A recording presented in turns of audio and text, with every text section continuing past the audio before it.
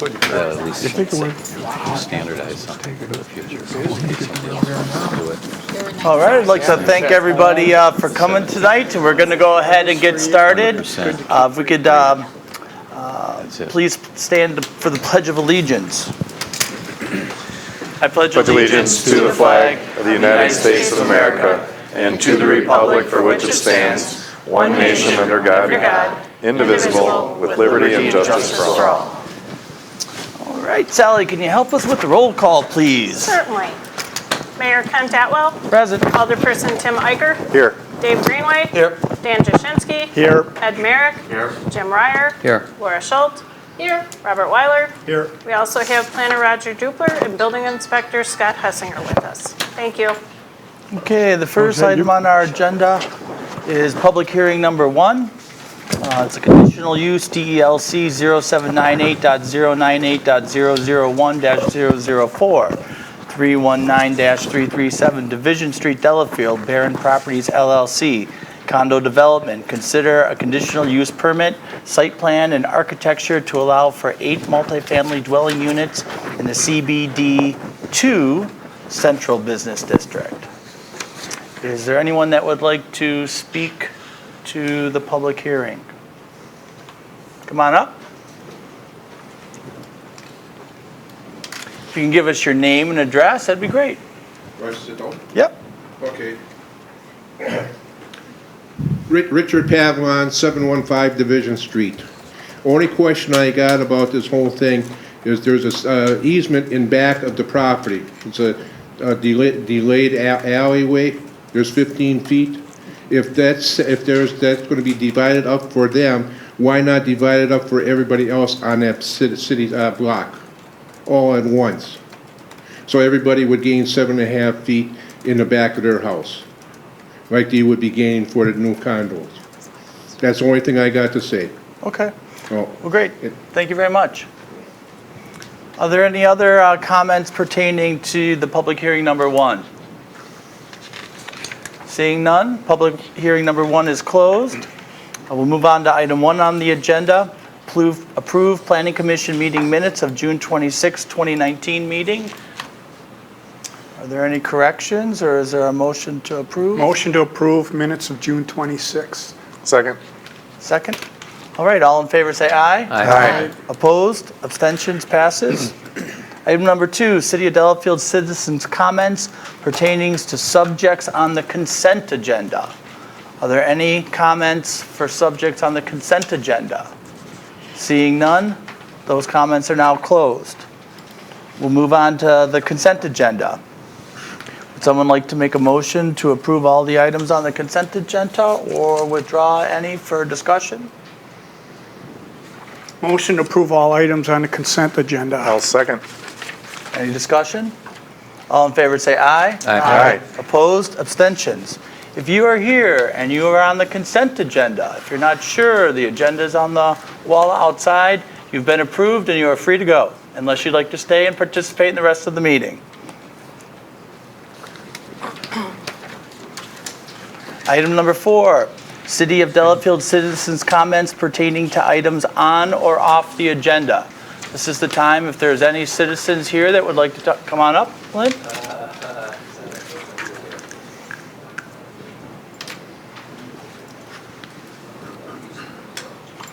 Okay.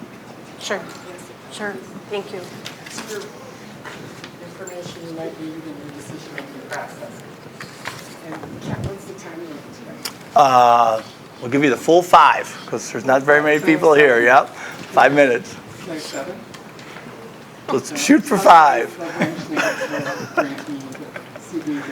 Okay.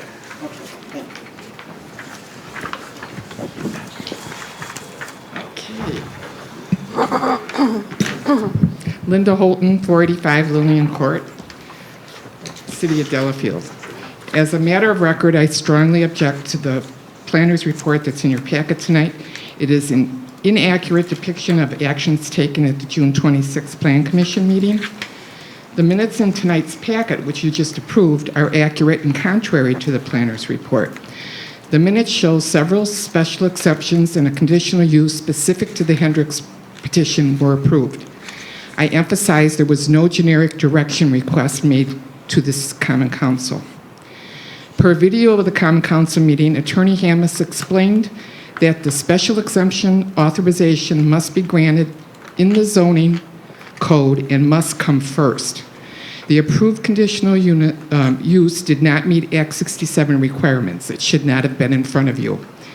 The planner's report states option 1 and 2 were generated by staff in response to Common Council direction. They are not. Watch the video.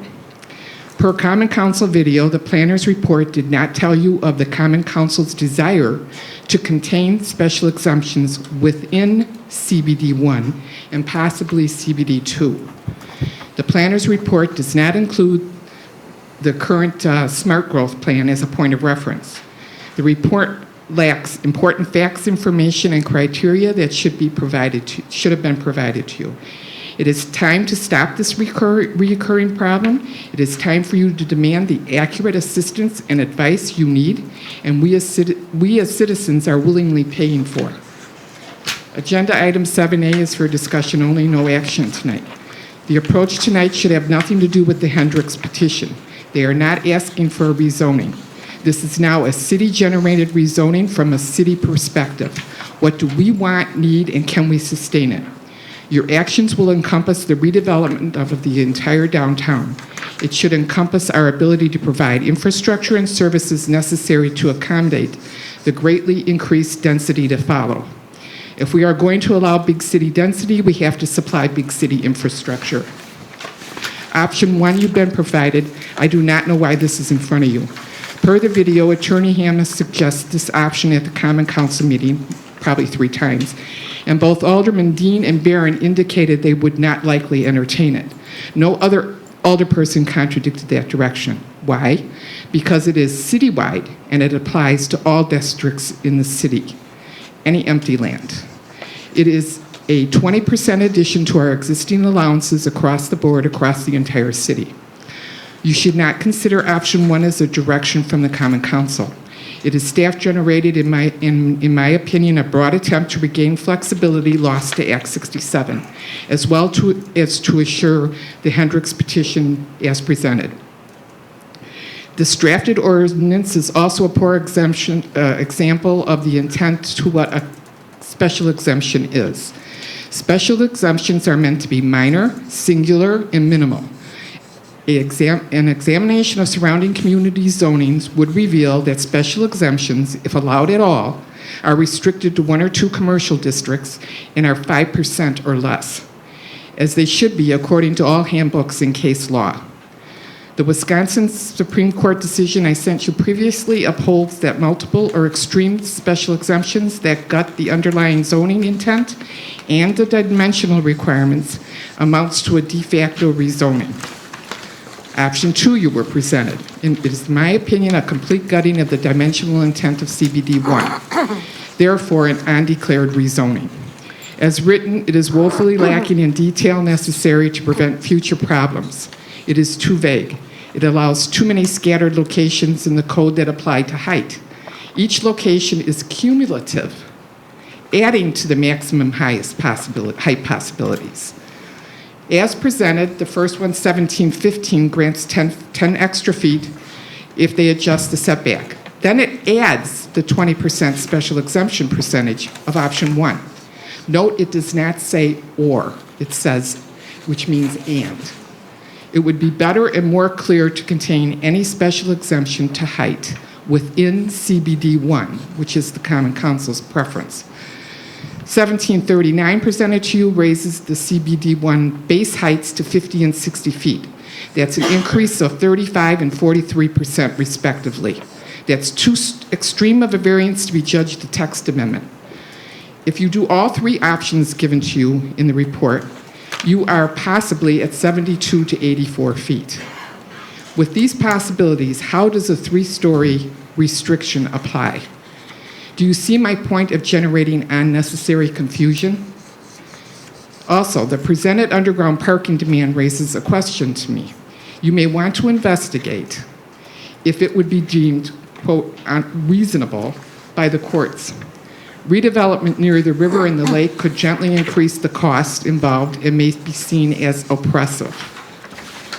Option 3 mentioned in the report given by a citizen. If you refer to in this handout is a handout of spot zoning, I believe this covers why it cannot be done. Public interest is usually understood to be a park or a similar benefit. If parking is being leveraged as a public interest benefit, I ask how. It should be considered a necessity of the property owner. It gauges the marketability of the property. The ground parking serves the tenants. Would you lease an office or a retail space without employee or customer parking? Would you buy a condo without deeded parking? The underground parking would likely be deeded, controlled, and owned by the Condo Homeowners Association. Would the city have an agreement with the HOA to allow public access? Without an agreement with them, you have none. The patio as a public interest would also be customer-oriented, not to mention it's neither designed or determined as yet. To summarize, if you must rezone, please do so minimally. If you must write special exemptions, because you don't have to do anything, if you must write special exemptions, contain them within CBD1. Keep them minor to prevent court challenges. Prevailing zoning wisdom minimizes or eliminates conditional uses. Your careful review of uses and density desired in CBD1 should be determined and then listed as an allowable use in the ordinance. Be specific. State defined dimensional allowances and limits. State the point of grade that the height will be measured from, for instance, from the middle of the street. This is a complex issue that requires much thought to prevent unintended consequences and unaffordable solutions. Please take your time and do it right. Thank you. Thank you very much. Are there any other citizens? Come on up.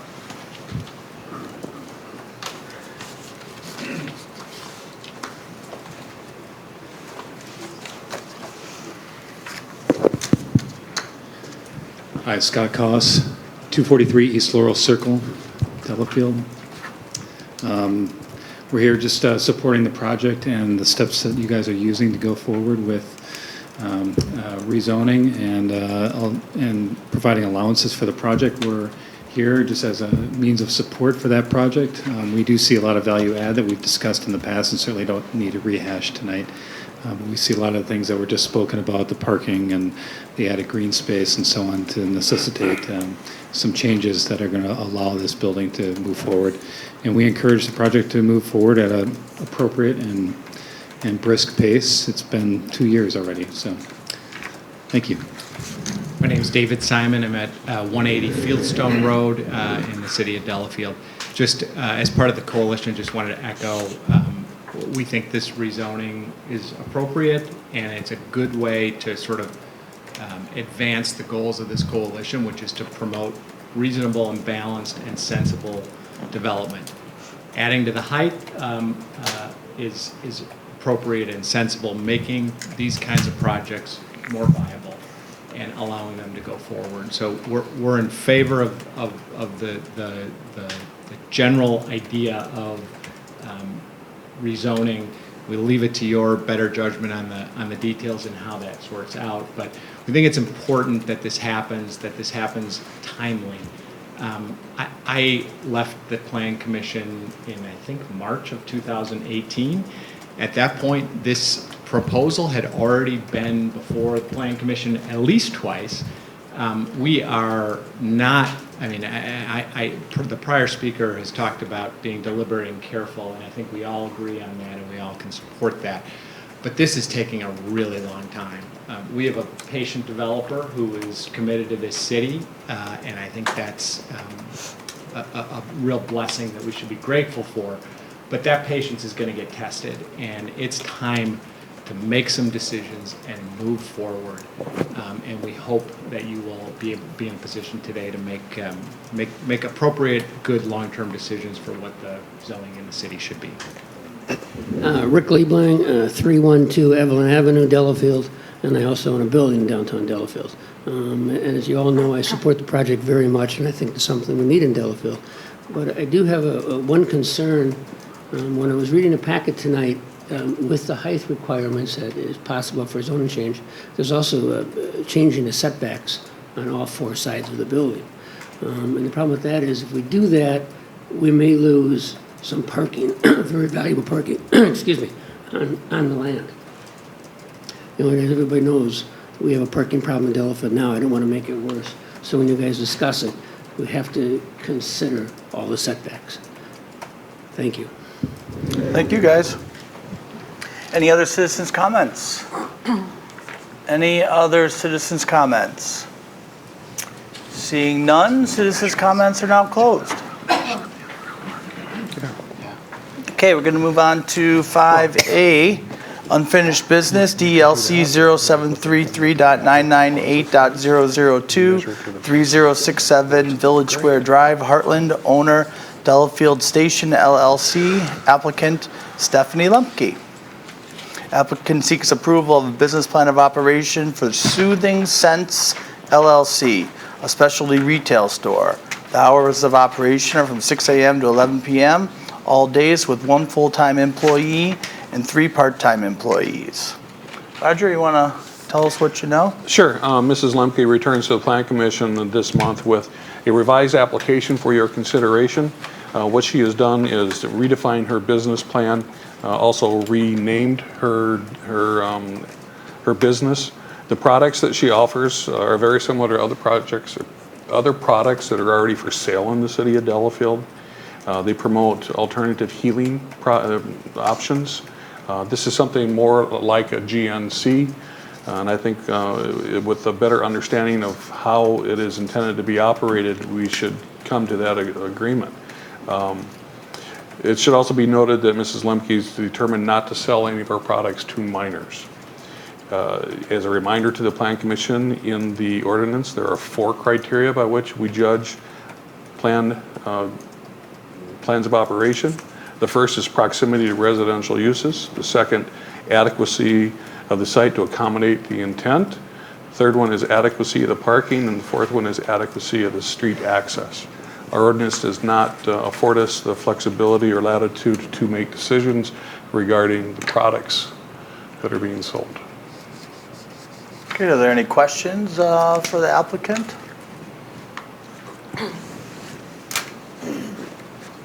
Now, you have it on there that you plan to not sell to minors, or you are not able Oh, to no, sell to I'm minors? definitely not selling to minors. I actually put a picture of, I have a location in Hartford, and I have a sign that's right there. It says, if you are under 18, don't come in. We're not gonna sell to you. Okay. So, And you'll do the same thing? yeah, I already bought it, and it's already at my house waiting. Okay.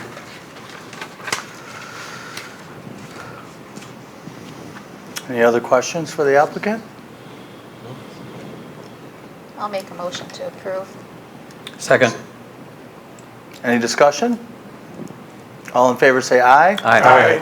Opposed? Abstentions? Passes. Could I Thank just you. ask a quick question? Who is the second on the motion? Me, Okay, thank you. Ryer. Thank you very, very much. Good luck. Thank you. Thank you for your diligence. No problem. I even became a CBD coach. I just wanted everybody to see this, that I am now a certified CBD coach. So, because I was going to say that, you know, all the other places that sell it, at least I can actually educate people for it. So thank you very much. You've like relieved me very much. Have a great day. Thank you. Just need help with our CBD map. Hey, that's not, we're going to use that line. Oh, sorry. Thank you.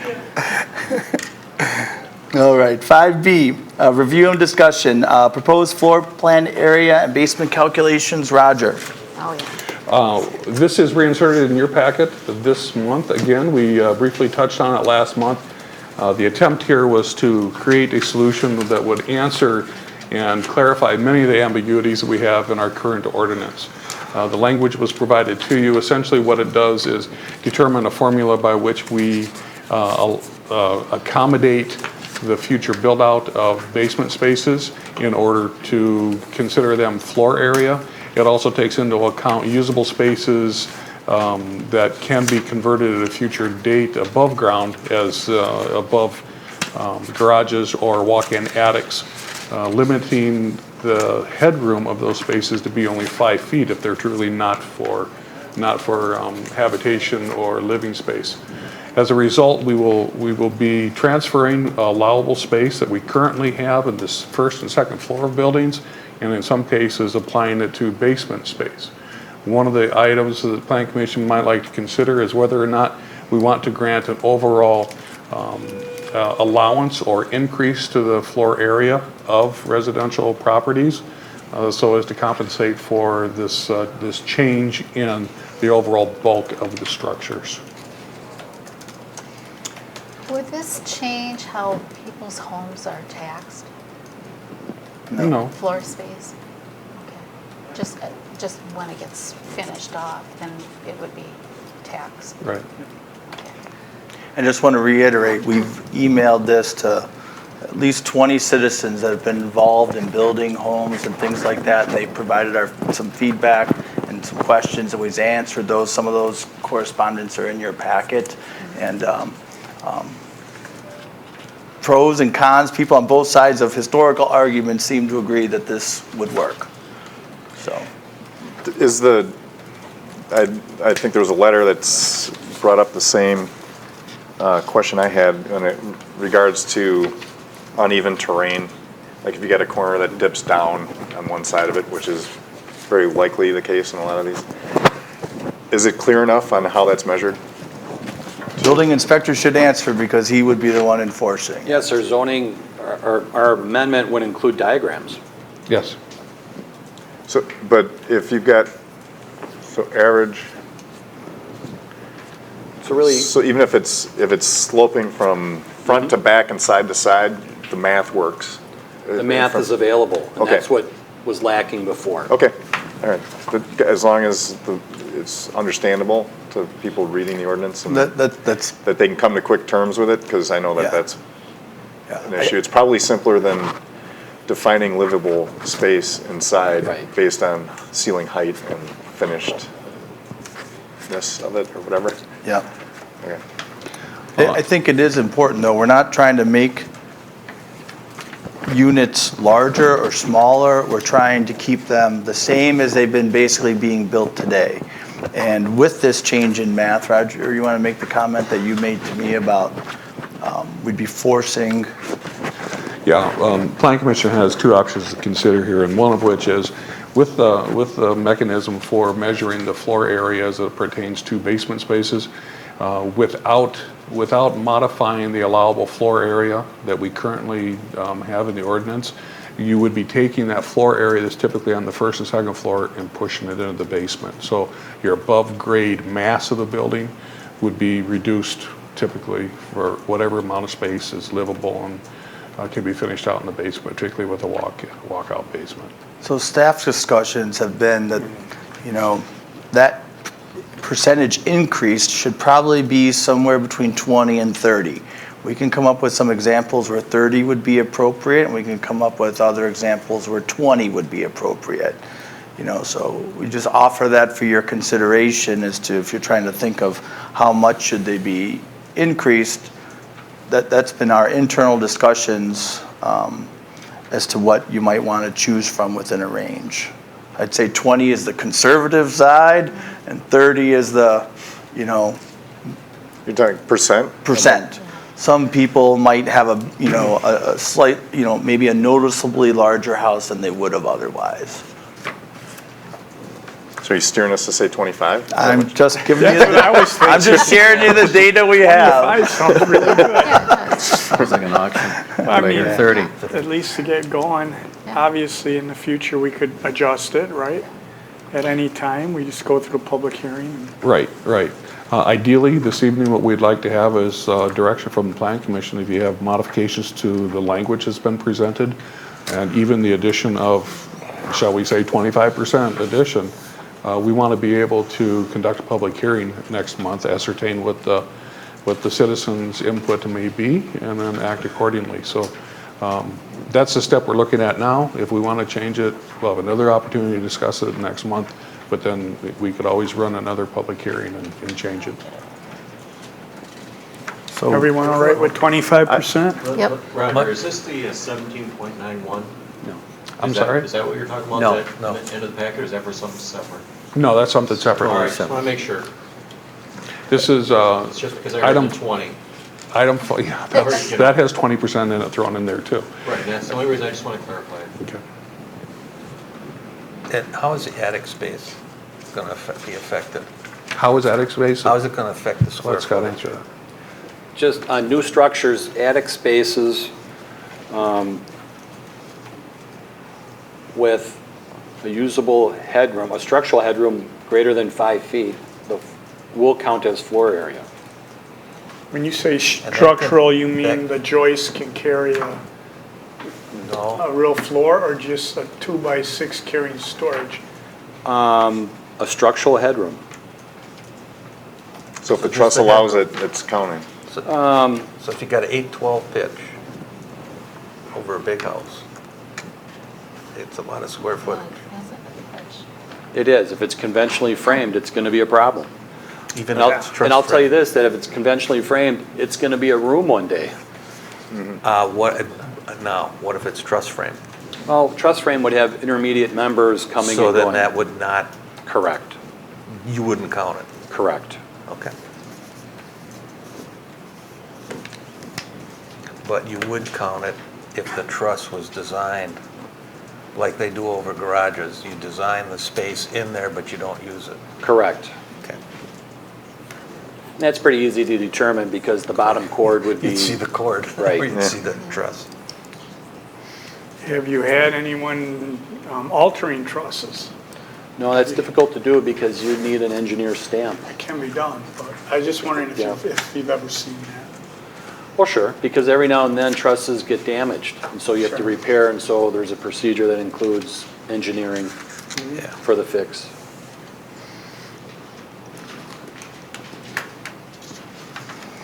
So I think, from what I've heard so far, we'd be looking for a motion to add, I think, 25% to the current floor area ratio and schedule a public hearing, I think. Oh, So it's just for discussion, isn't it, tonight? yeah, so we can schedule the public hearing, Roger, without a,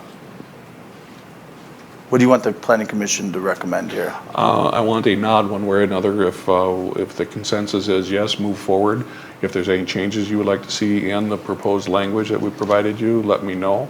We'd like to be able to publish all of the proposed text amendments as part of the public hearing notification. So we have a head nod on 25%? Yeah. Okay. Yeah, I mean, I think it's going to make, I mean, there's going to be people that push it and they're going to end up with bigger structures than they would get under the current ordinance, but in general, it's going to make people that are having to game the system to use the basement they already built into a living space, have it be inspected and be able to Be add to the acknowledged. property value and the taxes and everything else is Yeah. going to all work out better. Good. Okay. Are we applying this to all districts? Yes, all districts. Even our business districts, which rarely have walkout basements? Provisions in the code currently apply the FAR interpretation of both residential and commercial. I don't see a Okay. reason to change that. Anything else? Okay. We'll move on to 6A, DELC 0745.983 to 827 Nagawicka Road, Heartland, owner applicant David and Rosina Frank. Applicant seeks approval for an oversized accessory building.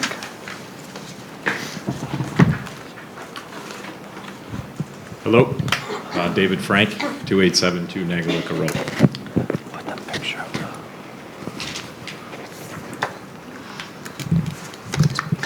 So what we're proposing here is basically reading through the regulations, looking at our current property. I came before you guys before and tried to get permission to build a second resident on the property, which at the time has been denied. I still plan on doing that long-term. However, I need more storage and more room for my current property. And so what I'm here to get permission for is a non-commercial personal property. This is not a dwelling, and it's for personal use. So I have outside today, I have trailers, I have a $12,000 ZTR, I have 2 cars that have not been able to park in a garage, and so looking to put all my stuff somewhere. I have to say that's probably one of the nicest looking storage buildings I've ever seen. Yep. Agreed. Actually, if you look at the building that you see there, that'll be an idea of what we plan on building long-term, a house that will match. And so that's why it's going to be with the character, with what the city, I believe what the city, the direction of the city that's going. I live across from a very nice subdivision. And then also what type of house we plan on building. First and foremost, I appreciate your recollection of your appearances in the past, and the Planning Commission at that time denied your request for a separate building. And I also thank you for your candor in indicating what the purpose at this time is for this building. It may be converted to something later, subject to approval. And I appreciate your candor to disclose that, because the initial skeptic eye would say, boy, isn't this something going to be done to get what you couldn't do before? So I value your candor in explaining that to us.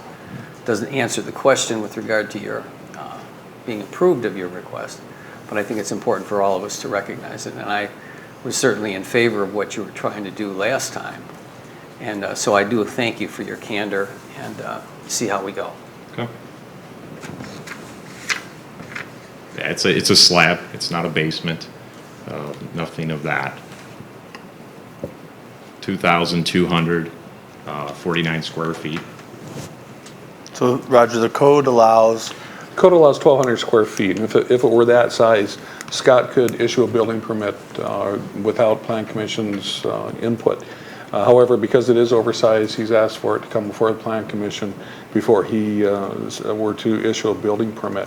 I might just point out for everyone's information, including Mr. Frank, that the Plan Commission has the opportunity in a case like this to allow the building, but to impose deed restrictions so as to limit the use of the building, so as to make sure that it's not used for residence.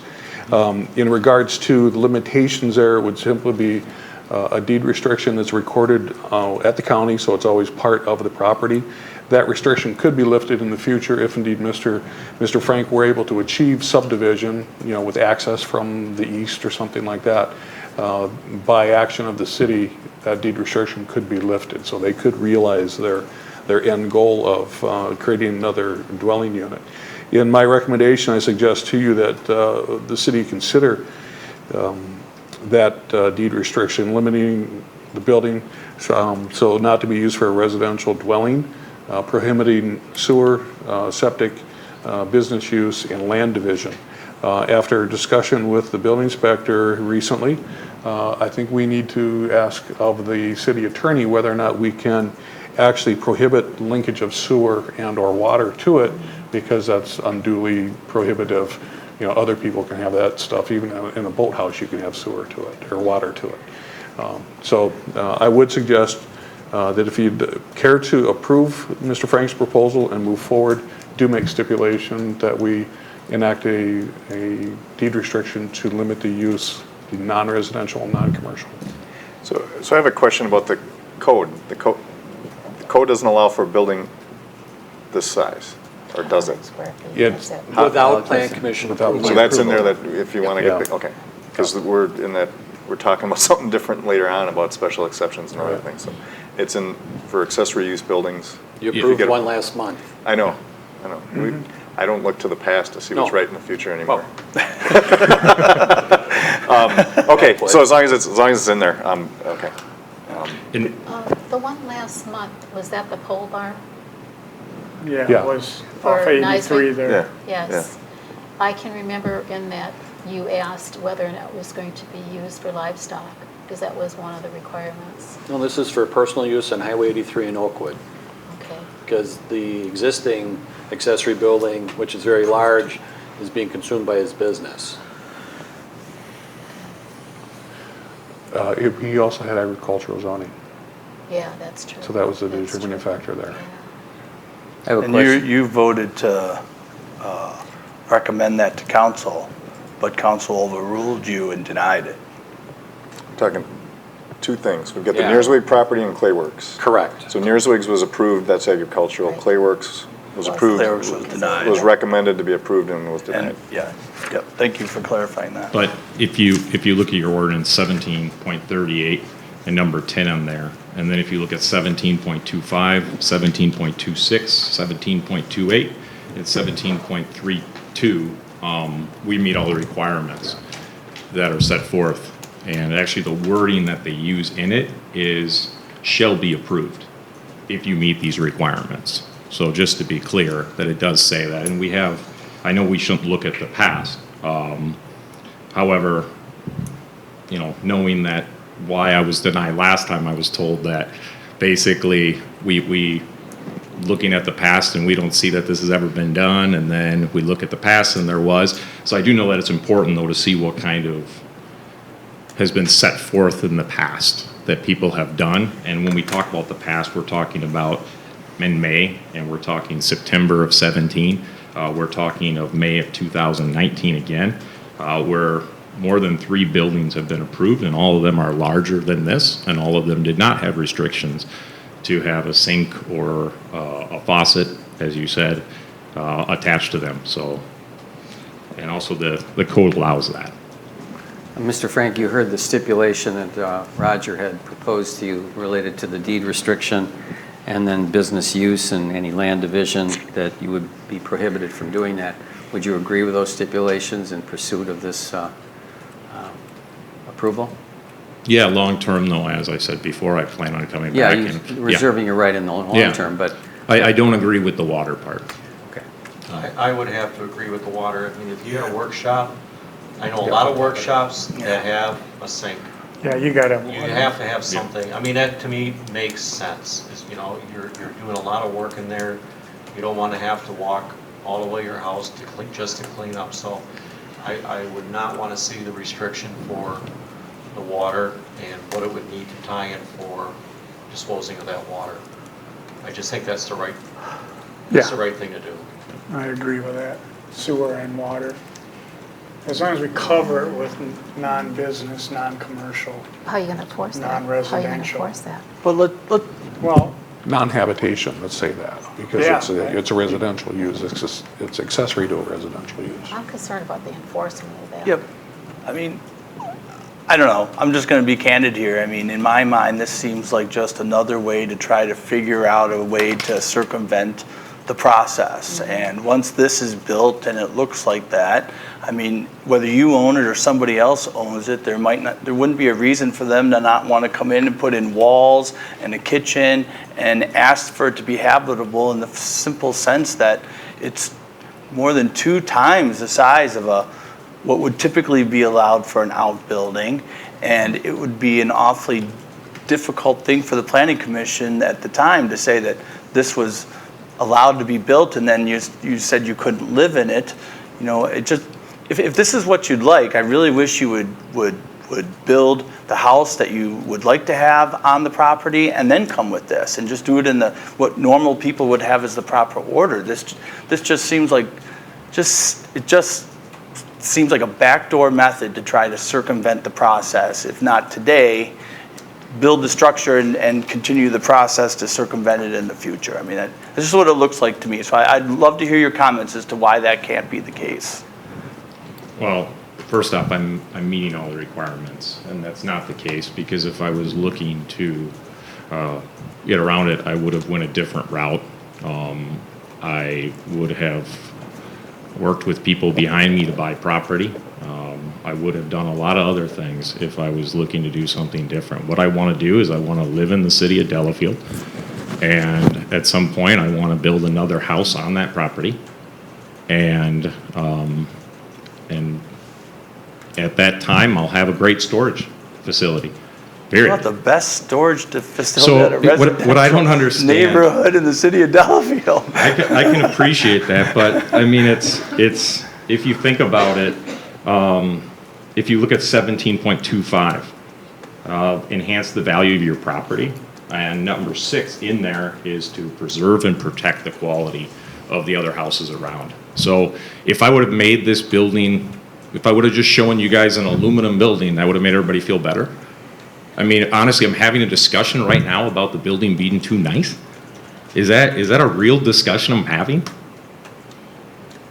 It doesn't seem normal. I could have came in here and just showed you an aluminum building, and everybody would have said, fine then. I don't understand that, and it's not twice the size as well. Well, the allowable square footage is 1,200. 1,200, this is 2,200. And what is the applicant's square footage? 2,200. There's 2 numbers listed in the packet. Oh, okay. And just so you know, I'm only stating that, I'm not saying it looks excessive, something is wrong with it. I'm just saying, I'm complimenting actually. Yeah, thank you. No, your thank design. you. And that's why I made that statement earlier, Yeah, just so you know. Yeah, I know I wasn't, that was You know. not towards you by any means. I appreciate that. Thank you. You know, and if anybody would like to come and see my garage and see my yard and see my boat, we can do that. You're welcome to come on over. You can see my garage and my wife's minivan and my brand new truck and really nice ZTR sitting outside. And so all I'm asking for is the same thing that many of my neighbors have. I have more acreage than they have, and I don't understand why this would not be approved. As it says in the own code, it shall be approved. David, Frank, Yes. just tell me, where specifically is it located related to your current house? Yeah.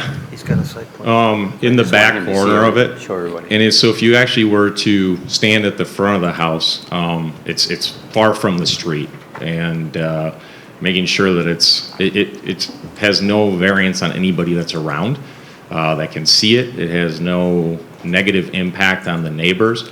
That actually, the neighbors' homes are all much farther forward on the property. The other neighbor, there's like a river area over there on the other side of the property. And so this is where I was told would be the best spot to put it based off of the land and the way the drainage is and everything else, and also less visible for anybody to see. If you come and stand at the property, you stand at the front of my property, and this is what I think a lot of people, maybe it's hard to view for some people, is you stand at the front of my property and my kids can stand in the back and you can see blobs. It's 9 acres, right? It's a lot of land. And just the other day I purchased a tractor and lots of attachments to maintain 9 acres. So if I understand you, if you were to get this subdivided, you would build a house on that property in addition to this? Yes, sir. How's a building this size limit what you can do with a house? It would not, because It would not, there was no floor area ratio in rural estate zoning, that answered it, okay. because the lots are so large. Big, yeah. I'm frankly, I see this as, he's betting on the come that something's gonna change, he's gonna build a house there, and that he wants a storage facility for what he's, instead of putting up something he might wanna tear down later. I mean, I don't really have a problem with it. I mean, so I'll make a motion to approve as presented, contingent upon a deed restriction that it's not a residence. Second. Thank you. All right, any further discussion? All. I have a question. Is it only, you're just, the deed restriction to prohibit the use of the building as a residential dwelling, period? Yes. Or non-habitable? Non-habitable. Wasn't it Residential dwelling. Business Residential use in any dwelling. land division. That is, And, I'm sorry, or business or commercial use. Right. And are you including any land division? and no land He division? can't divide the property without coming here. Yeah. Yeah, it's gotta come back here anyways. So no. Okay. So let's just restate it to make sure we got it. I have that Tim moved to approve an oversized accessory building for DELC, Heartland applicant owner David Rosina Frank, contingent upon drafting or recording a deed restriction to prohibit the use of this building as a residential dwelling or business commercial use building. Correct. Okay. Okay, does the second agree with that? I second. Great. Thank Got the you. second. Thank you. Thank you, I do know. All right, any further discussion? None. All in favor, say aye. Aye. Opposed? Nay. Abstentions? Passes. Good luck, David. All right. Okay, 6B, DLC 0786.053.002-224 West Shore Drive, Delafield. Owner Michael D. Alber and Susan J. Alber. Applicant Seasonal Services, Nellie Moog. Applicant seeks approval of a retaining wall in a side yard of RL2 residential property. Come on up. If you could tell us your name and address, please. All right. My name is Brady Ochtenhagen. I'm filling in for Nellie. My address is South 43, West 34465 Forest Court in Dousman. So what we are looking to do here for the Alber residents, and you can see it on there, there is 2 walls that we are looking to seek approval for. Right on, the reason we need approval is because they are in the 8-foot setback. So we're proposing to build 2 outcropping walls, and they about 3 foot tall. And the reason we're doing this is to enhance drainage for Mr. and Mrs. Alber. And we've also spoken with the neighbors to the south, I believe, and they are for it. And we've done 3D renderings and showed them, and we're just looking to get this wall approved to be built in the setback. Second, for here, the drainage is the #1 factor. It's a very steep driveway, and what we're doing is diverting the water so it does not all flow on to the north side property.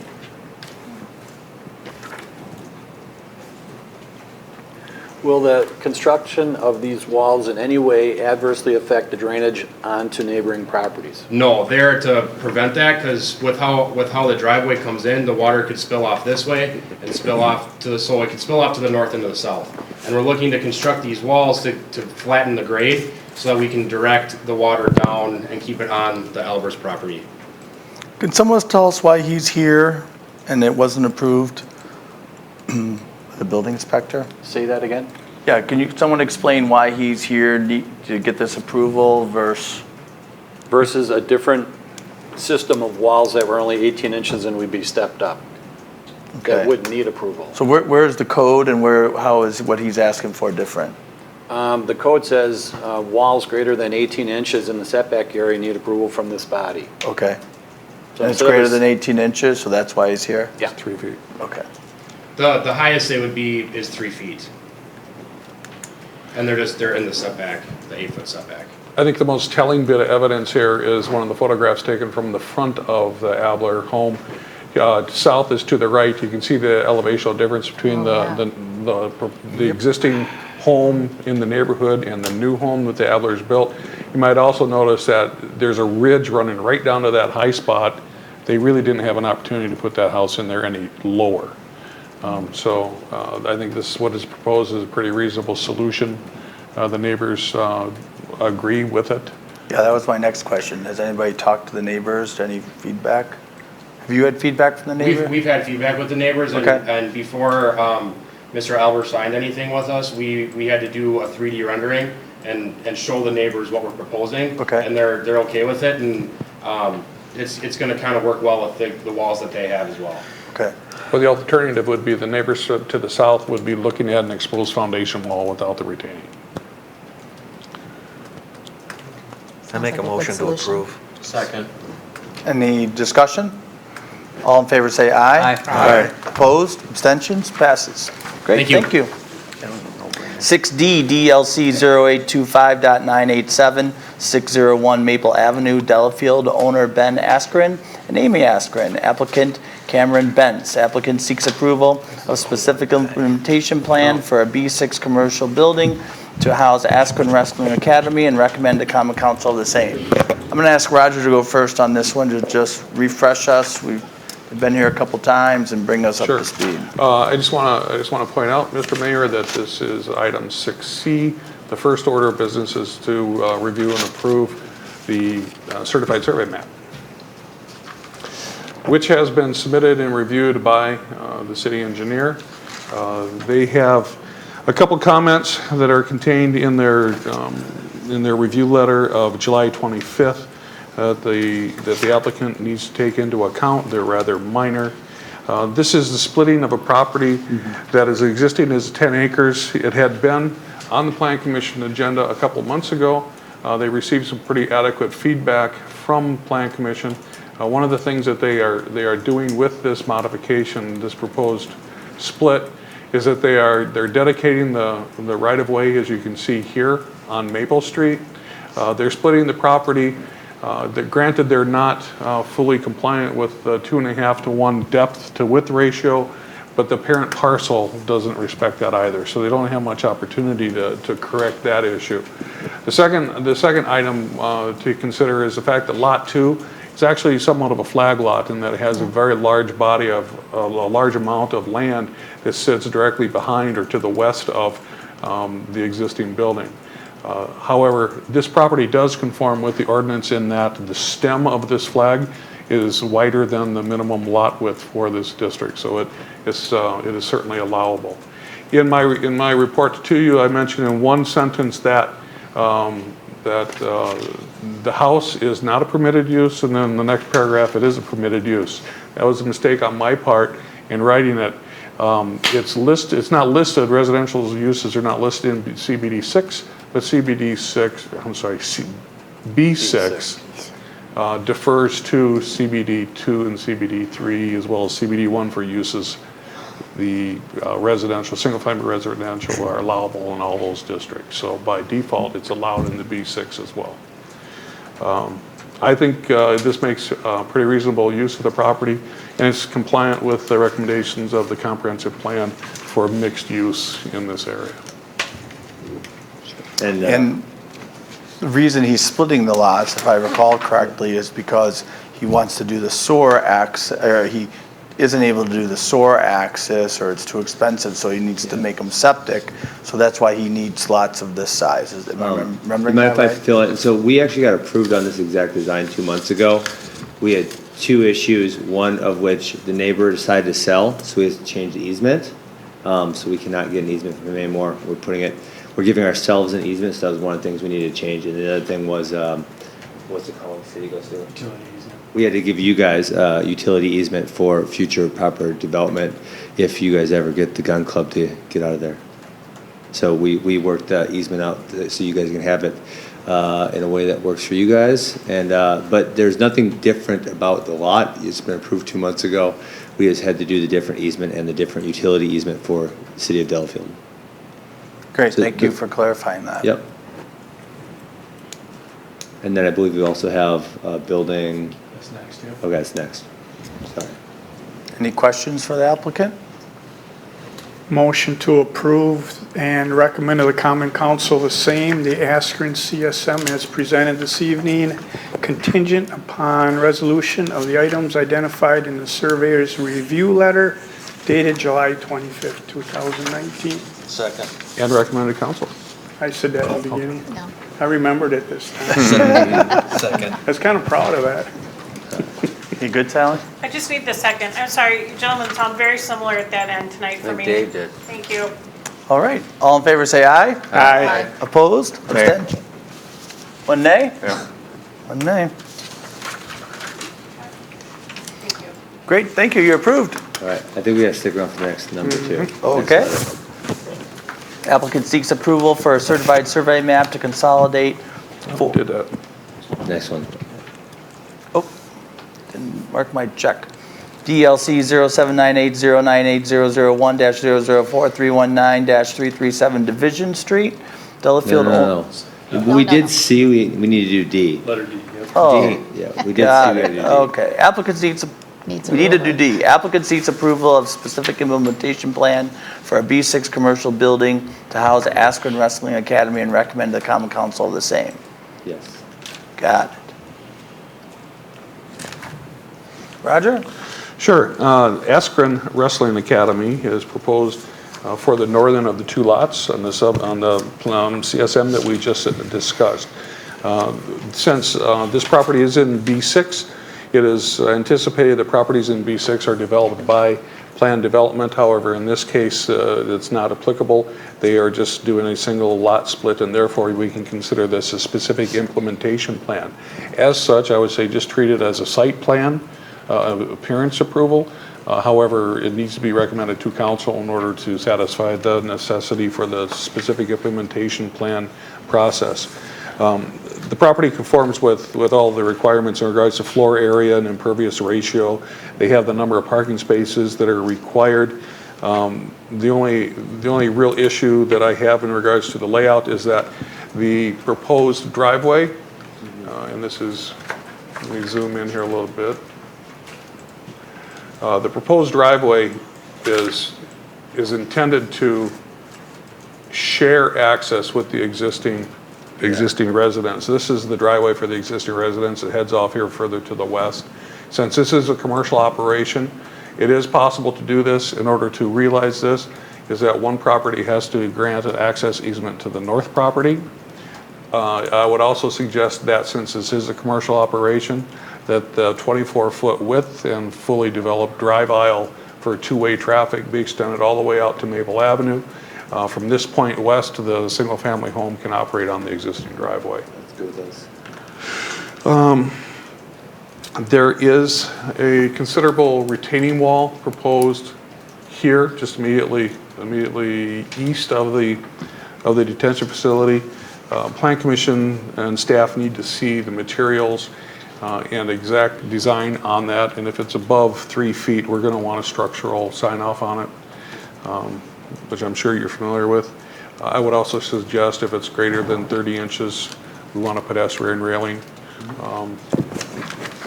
just to keep people safe from falling off the edge of it.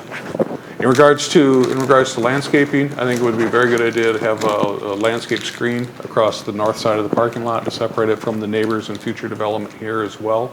Other than that, the rest of the parcel has a pretty good amount of greenery on it. The amount of trees to be removed, the existing trees, actually add up to 92 caliper inches. What they are proposing for replacement is only 10 inches, which is the balance of 82, which would be $12,300 if they choose to do cash in lieu of on-site replacement. We'll probably put in more trees. I think that would be welcome. And Plan Commission could defer final review of the landscape plan to staff. Also, a very minor thing, we need a grass mix identified in the detention basin so as to ensure that we have proper sort of materials there that won't die out. In regards to the lighting all conforms. I had conversations with the applicant's architect prior to their submittal in this regard, and it's only about 1 in 10 projects that come through that we have lighting that's properly designed from the onset. This is one of the few that actually does, so make note of that. HVAC units are not yet identified. If they're going to be on the roof, we're going to want to see screening on those. And again, Plan Commission could ask to see those or defer it to staff. It's up to you. Trash as well. How do you intend to maintain your trash? Inside or trash bin outside? Yeah, inside. I mean, we have a existing facility at Ashcross Academy, and it's not more than 2 trash bags a week. I mean, there's just not much there. Athletic tape and cotton balls. Yeah, exactly. With all of these items, it's up to the Plan Commission. I would recommend approval contingent on Common Council approval of the CSM, of course. Resolve the items in the engineer's review letter of July 25th. Verification of the widening of the driveway, retaining wall, design materials, and the HVAC system. That's up to the Plan Commission if you'd like them to come back next month to see those details or defer them to staff. I've also identified on here a list of further approvals that are going to be needed in order for this project to reach fruition in regards to the utility easement that is identified on the CSM. We want to see a separate document that, first of all, secures that utility easement, and typically that's done by separate document. Your surveyor can give you information in that regard. That's about it. Well, and so just why that retention pond is set by a retaining wall? right there is because we had really two right nice rows of pine trees, and I don't want to tear any of them down as a screen to the road. And so obviously we would have to slope up from the retention pond and move it way back, and we chose not to do that. So that's what we're doing, retention wall. Okay. So Cameron Bentz, 1301 West Canal Street, Milwaukee. I also want to introduce, if we do want to go into any of the landscaping, it is a complex site, any of the landscaping or civil design, we do have our civil team here and landscape architect here who can help answer any of those questions you guys have. In the engineer's report, they didn't have any significant issues that would alter the site plan. I think if anything, they were more concerned about placement of the utility easement through here, and with an understanding that it's going to be under the parking lot. So in the event that it will in the future be disturbed, the applicant is aware of that. Developer's agreement will secure the city's ability to implement that utility easement. And as far as the civil part goes, it's coming to Public Works. It'll be coming to Public Works. We will anyway. review it there. But the general consensus was that that basin's large enough, you know, to accommodate their runoff. They wouldn't actually be modifying the site plan for any reason. So Roger, you don't have any issue requiring further verification and validation of the landscaping and site plan that they presented? Just the items that we listed this evening. There are a number of them, but they're pretty basic requirements. So it's up to you if you want to have them come back or if you want to review by staff.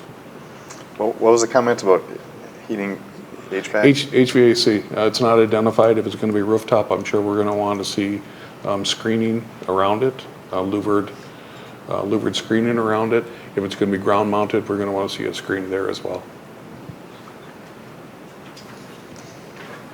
All right, I'll make a motion to approve the SIP for Askren Wrestling contingent upon resolution of the engineering review letter items, the widening of the driveway, staff approval of the landscape retaining walls materials, as well as HVAC screening. To be approved by staff. And to be approved by staff. Did that And also include trash maintenance? And trash maintenance as stated being no external trash containers. Second. You wanted contingent. I'm sorry, on Jim, common did you council say approval? second? Dave did? Okay. And that's contingent upon the CSM being approved by council and approval by council as well.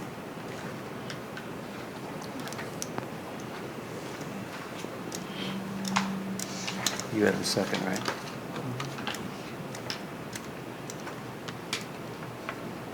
Okay. Seeing no further discussion, all in favor say aye. Aye. Opposed? Abstentions? Passes. Thank you. Thank you. You guys. Good luck. Okay. E? Got a lot of people. We're on E? DLC 0798098.001-004, 319-337 Division Street, Delafield owner, Barron Properties LLC, applicant condo development. Applicant seeks approval for a certified survey map to consolidate 4 CBD2 lots into one parcel and recommend to common council of the same. Welcome back. Yes, thank you. Greg James, condo development, 318 North Lake Road, Oconomowoc, Wisconsin. I talked to Roger just before the meeting and was made aware that a report had been generated, but I did not get a copy of it. So we'll be discussing things for the first time. Sure. Yeah. Sure, I apologize for that. In regards to the first action item this evening is a certified survey map as produced by Lake Country Engineering. It's been reviewed by the city surveyor, and there was only two identified technical issues. I would suggest to the Planning Commission to approve this contingent upon, number one, the resolution of the items in the engineer's or the surveyor's review letter. Number two would be contingent upon council action to vacate the identified right-of-ways. And the third item would be, I guess there is no third item, recommended to council. Just so that everyone is aware in regards to the size of the lot with this amount of area, The applicant has sized it so as to support 8 two-bedroom units, which is what he has proposed. So we're not creating any complications for this. With that, I would recommend your consideration for approval contingent on council approval of the vacation and recommend it to council. Question. Sure. The neighbor who came in about, and I thought about this Oh, yeah. earlier today, what happens to those properties behind there when you vacate the alley? I'm glad you remembered that. I had a note here and I forgot to bring it up. In regards to the vacation, it's split down the middle, so it goes to both sides. We can ask the petitioner to modify the existing CSM to actually transfer that property for the residents, or else the city engineer can produce that, and we can. Then the applicant would be financially responsible for it either way. And we would do that for the entire block? I would suggest doing that for the I think entire so, too. alley, but not Lake Street. Lake Street, we Right. want to maintain it with just the alley. depth of the lot. Might as well do it for the whole. And when you say Lake Street, you mean that bike path that goes north-south? Right, Yeah. right. And that is city property? That is city property, and what they're proposing is to vacate it, and therefore they would claim the western half of it. Now, is the physical asphalt trail that's out there today outside of the vacation limits, or do we have to repave? No, we don't have to repave, and Mr. So it's on the eastern part of the. It's on the eastern part, and current Mr. right of James way. has consented to provide an easement for maintenance and any other activities along that eastern property line, as well as angled across the southeast corner of his lot. If we look at the So we didn't have to move the path and Yeah. put it in an unsafe what I'm getting place. at. Yeah. here's So actual it stays aerial right where it photo. is. Aerial photo shows that we can dedicate the west half of it, but here across this very corner, then we've got an easement to secure that location. One of the other items, and I think it bears some discussion, is that city engineer suggested, and I agree, we should have a sidewalk across the face of these lots with the expectation that we're going to, Mr. Pavlin was here and spoke previously this evening. The other 2 properties are owned by Al the plumber. It's not long before those properties may be redeveloped as well. So providing that pedestrian access here would give a direct link to City Hall. One last question on that easement on the bike path, and that doesn't restrict or interfere with the public's use of that? Correct. It will remain the same? Will remain the same. There's even proposed landscaping that screens that property. We'll get into that when we get to the site plan. Okay, thank you.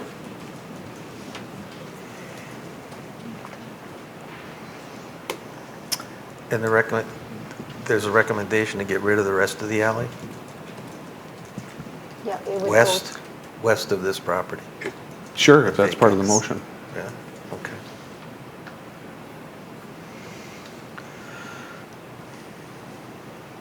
So just so I'm clear, Roger, West of the property. to the north, Mm-hmm. if you could draw the alley in there. There it is. Right here. Right, that's going to be split 50/50. Half gonna goes be- to the properties on the south and half goes to the properties on the north, right? Correct. And does that go to Oneida? It goes between Lake Street Oneida? and There's Oneida. 4 Oneida on the properties. Okay, west. there it is. I Right got here. it. Yep. Not only would it go to the north, it would go to everybody on the south then? wouldn't Correct. Right, Yeah, they each get 50/50. half. it? Okay, Just good. put a line right Good. down the middle. Sounds good. Now tell me about to the east. Are we properly documented? I just remember different conversations on this topic, and I just want to make sure the western portion goes to the applicant, and what about the other half? The balance remains in city ownership. Okay. And when we go back to the applicant's CSM, this area here, which is part of the western half of Lake Street, in fact, here you can see the west edge of Lake Street as it exists. The property that will become part of Mr. James's development will be terminated at the center line of the alley here. So he is producing a nice rectangular lot out of this, but the entire alley will be gone, split north-south. So updating the CSM for the alley to show the split to the properties to the north, is one of the things you mentioned. Yes. Yeah, it If should- if we were to incorporate that, I mean, that'd be a little more work to do the definition of the alley to the west of there. Right, but That it wouldn't- should all be done. Okay. I agree. And that would be via the CSM. That could be done part of vacation. We've got a second item to consider this evening, and that's your recommendation to council to conduct their necessary steps to vacate these rights of way. When it comes to mapping or right-of-way that changes, that's council's obligation to conduct public hearings for those items. So ideally, second item this evening for deliberation and recommendation would be recommend to council to conduct the appropriate public hearings to vacate the western half of Lake Street and the entirety of the alley. And the principal reason is for the benefit of the property owner? on that Well, side? the principal reason is for the benefit not only of the property owner, but it's also going to convey unused property that's under-realized to all the neighbors in the neighborhood. And it also takes out of city maintenance obligations a pretty good chunk of stuff on Lake Street as well. But it would be under this item where we would want to approve extending that removal of the alley to Oneida Street. Correct. It could be part And of then the vacation is about public hearings in the common council. Correct. Got it.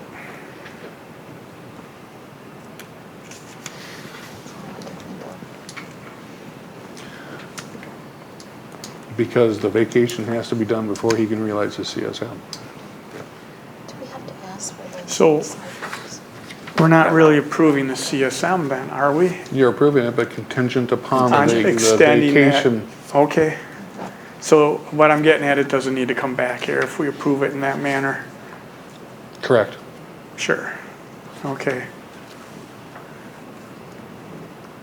I'll motion to approve the CSM as presented this evening, contingent upon resolution of the items identified in the surveyor's letter dated July 22nd, 2019,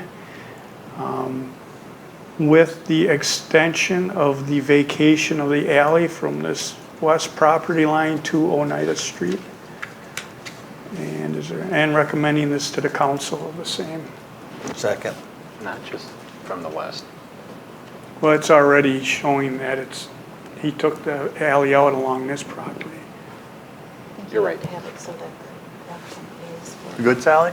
He will have to. Can you read it back? To do the CSM. Yeah, I'd like to read it back if it's okay. I want to make sure I've got it.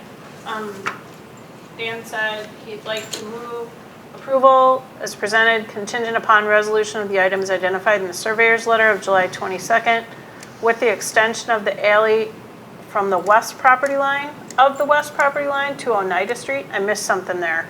That's the Why don't we piece. just clean it up and say that we're vacating the alley from Lake Street to Oneida Street? Correct. Okay, thanks. To Oneida, and we're going to recommend to the common council the same. Recommended common council. And everything is contingent on council action to vacate. Got that in there? Yep. Is the second okay with the clarification? Yep. Okay. Any discussion?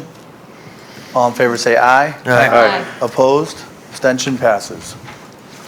Thank you for all your help on that one. I think it's appropriate now for the plan commission to actually make a recommendation to council to consider vacation and ask them to conduct a public hearing.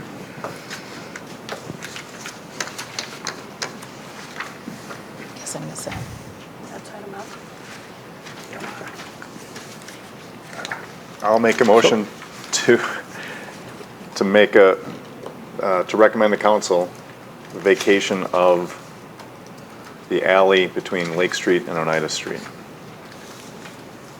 Don't we have to do Lake Street also? And the Lake Street property from the alleyway south to Division. And in order to accomplish this, I think you want to ask Mr. James to revise his plat of vacation as well, so that it continues all the way to the west. Correct, with a revision of the plat Revised. Plat of vacation. Plat of vacation to show the entire alley being vacated. think you need a vacation. Yeah, And you're recommending to the Common Council the of same? course. Yes. Okay, can you read that back just so we're sure, Sally? Sure, Please. I'll try. To move to recommend to Common Council the vacation of the alleyway from Lake Street to Oneida Street and then Lake Street from the alleyway south, and to ask Mr. James to revise the plat of vacation, showing a revision of plat to show the entire alleyway being vacated. I'll clean it up, but I want to make sure I have the pieces in there. Okay, I'm sorry, did we get a second? Second. Second. Okay, any discussion? All in favor say aye. Aye. Opposed, abstentions, passes. That was F. So I think we're now on to G. Owner applicant Barron Properties Condo Development. Applicant seeks approval of a conditional use permit and development plan for 2 4-unit multifamily dwellings in the CBD2 district and recommend to council of the same. Roger? Greg, you want to just touch base on changes and explain? Pardon? Would you like to touch bases on the revisions that were made, or you want me to explain them? Oh, you can both do it, I guess. Okay. The applicant has resubmitted and revised his plans since the last time that we actually considered them. The presentation was made in preliminary fashion last month, identifying that the program would be downsized from 10 units to 8 units, and that also this would be maintaining the existing CBD2 district, which does allow for multifamily dwellings, but only by conditional use. And therefore, there's been a draft conditional use provided to Plan Commission for consideration. What it identifies is that this site and the newly created lot will be entitled to realize the 8 units, which would be 4 duplexes essentially, as side-by-side units. Revisions made to the plan in response to the direction of the Plan Commission.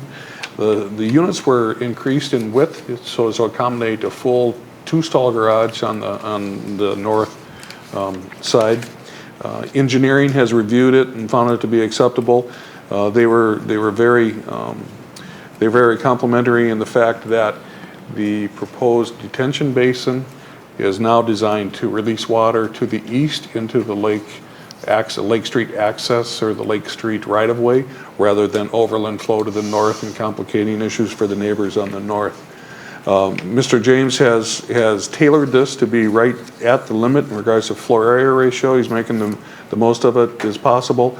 Floor area is proposed at 0.48. The allowable floor area is 0.5, so it's right at where it can be. It does respect all setbacks of the district and provides the required 2 parking spaces per unit. In regards to the site overall, the configuration has not changed.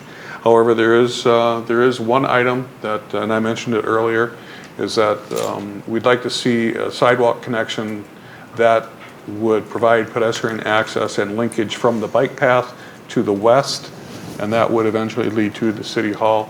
Areas to the east, there's only a detention basin, and there's no other properties that face onto Division Street. The landscaping, I think the landscaping is very minimal and should be looked at to add more material and a little bit better presentation. Specifically, we need a grass mix specified in the detention basin, same as at the Askren proposal. We want something identified in there that's going to tolerate inundation rather than just bluegrass. And also, the parking spaces here are immediately adjacent to residential properties to the north. We'll want to verify that we have screening there. There is existing material in that alleyway, box elders and ash trees and such, that produce a pretty good screen.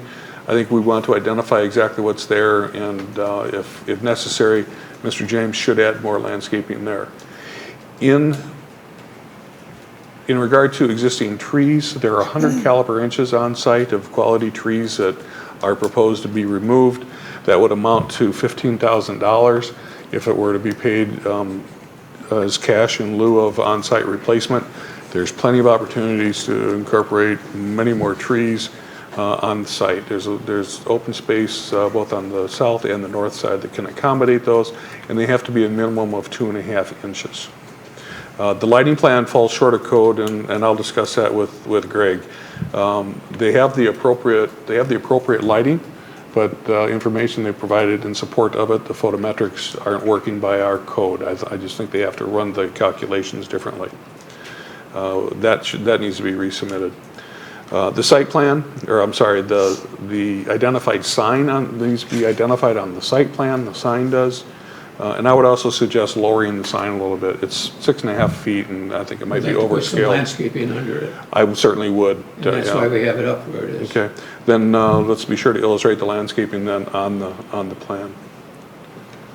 But I think overall, there's opportunity to add more landscaping, soften the building, and provide screening. Yeah, that landscaping is about as basic as I've ever seen. It's basically a row of bushes. There's 2 trees. I mean, that has to be improved. In regards to the architecture, they have reflected the direction of the Plan Commission and actually broken the roof line, the ridge line. You can see the step here, which results from differing slopes on the 2 halves of the building. Dormers have been added.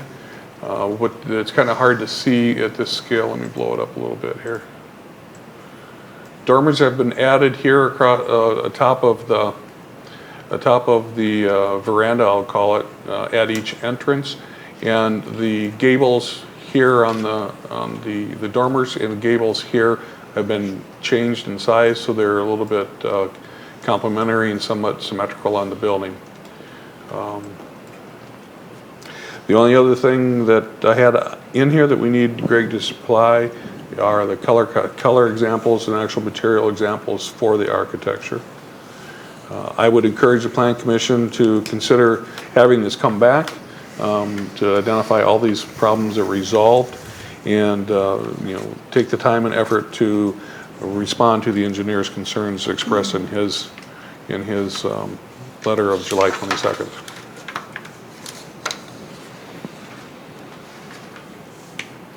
Well, let's do that. I agree with that. Let's do it. Yeah, there's just a lot of make information. Make sure there's whatever you want him to change or update. If you have any specifics, say them now, so when he comes back next time, he's heard it and we can get him through. If you could enhance the landscaping per staff's direction, as far as maybe where to locate the trees that we're losing, I think it'd be more beneficial to the neighbors if as many trees could be put on the property as opposed to a check to the city. And just, we'd love to see how the color palettes work, and even with the delineation in the roof line, consider different colors for the different segments. I think it would really help a lot, and then I appreciate the fact you, like Roger said in his note, you've taken our suggestions and implemented them, so I like the way this is going. So, but yeah, if there'd be 4 different colors or 2 sets of colors or something, I think that would help break it up like we've been looking for. The colors are indicated on the last page. Okay. And we're using the LP Smart Side siding. It has a 30-year no fade and a 50-year on the product itself. The trim would be this material, and this is the exact thickness of it. This would be the color on the dormers. 1/2 of each 4-family would be this color. The other half of each 4-family would be this color. Can you turn it that way so I can see? These are the siding colors. Okay. This would be on the left part of a 4-family. This would be on the right half of a 4-family. Nice. And then again, the dormers would all be the same light gray. And then the white would be the corner boards, and the window trims would be in the white with that same material. I'd like to see the dormer next to the roof. Pardon? I'd like to see the dormer colors next to the Yes. roof that you chose. Sure. Roof material that you chose.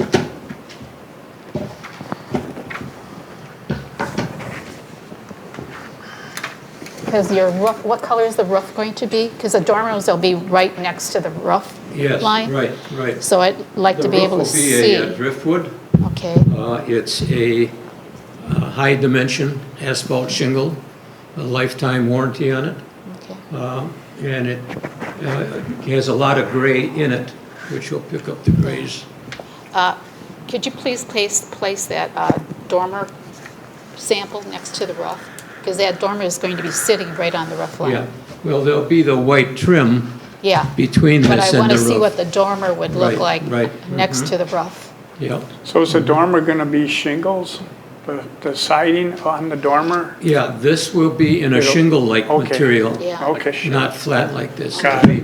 As Yeah. it's indicated up there, yes. Yeah. I think so. Shake. It'll be a shake. Right, Okay. like a cedar shake. Yes, So getting back to the color samples, those are the samples that you're going to be using? those are the colors we'll be using, yes. Okay, so there won't be any other colors that Tim was talking about. This is it. No, there won't be any other colors. Okay. Right. The white trim. Yeah. So these will be the four colors. I think you should also be in your list of things to consider was the lighting plan had to be resubmitted, I think. That's what Lighting Roger- plan and the seed mix. Yeah, It's the whole list. Yeah, the whole list that Roger mentioned. and the landscape material around the base with affects the sign, about lowering a sign. Where is this sign on the Yeah. site plan? It's not on the site plan. And what does it look like? Where does What it about the go? site- what The about- sign on the site Is plan. there? Evidently I missed it. You're asking about the sign? Yeah, where are you Where gonna it's put it? located on the Yeah, the property. sign. It shows on the, shows on one of these drawings where the sign is going to be. There'll be a two-sided sign, so that it's not blocking the view of any of the owners. Is it in the middle? And it's on one of these, no, it's, let me That's find right. where they, Is this the one? where they put it. Yeah. That's the one, right? I know it's on one of these, Where- but it's either right, it's to the right of the driveway. It's So to it's the on the right. west side of the driveway. Which plan, Greg? It is on page 4 of 5, sheet 4 of 5. And it, Oh, I actually, see it's it. better, it's It's on better page shown on 3 of 166 of your 5. packet, 166. 3 of 5, and he's got it labeled there. So it's pretty far back. Yes, Close- it's close it's to the out of the right buildings. of way. Yeah. And it's in part of our private 30-foot long yard, front yard. There it is. Oh, here. Yes. Yeah. It's labeled on the page before that, but that's the sign. Of course. So is there any landscape around the sign or? Yeah, there is. That's why I mentioned that we're setting it up high enough to have landscaping under the sign. Okay, because I don't think I see that on your landscape plan. No, it's not. So I'd like to see some on the landscape plan when you come back. Yes. And then on the beds in front of the buildings and so forth, I mean, you're just showing a dead straight line. Can we get some curves and, I mean, I think it's gonna make your property sell better if you got a little curb appeal. Yeah, I know, yeah. Yeah, we'll see what we can do on that. I mentioned also the screening. We have north-facing parking spaces Yes. right here. This alley, Headlights. I'm sorry? Knock the headlights down? Right, yeah. An evergreen hedge would be ideal there, but we'll want to see what is exactly in the alleyway. I suspect it's all box elder and ash, but we'll have to take a look at it. Yeah, but we shouldn't, we don't want to rely on things that No, lose no. their leaves and things like that. We want to make sure we got some arborvitaes or something like that. Right. there. Site plan did not identify any quality material in here. The tree mitigation plan. I don't want to upset the neighbors to the north by removing the buffer there, the present trees. So that might be an issue. The reason we're not landscaping on the sides of the building is because there's a severe slope Yeah. from the front to the back along the sides of the building. So it's not real easy to maintain landscaping in that area. But that's an issue we get a lot, you know, headlights and in people's yards and things like that. It's a very, very common issue. So Yeah, we don't want to that- take down any good, healthy trees. We just want to increase, you know, the arborvitae type material so that, you know, we have happy neighbors after you're done. Yes. Now, the landscaping on the north, we'll want to look at it on the west side as well. Yes, okay.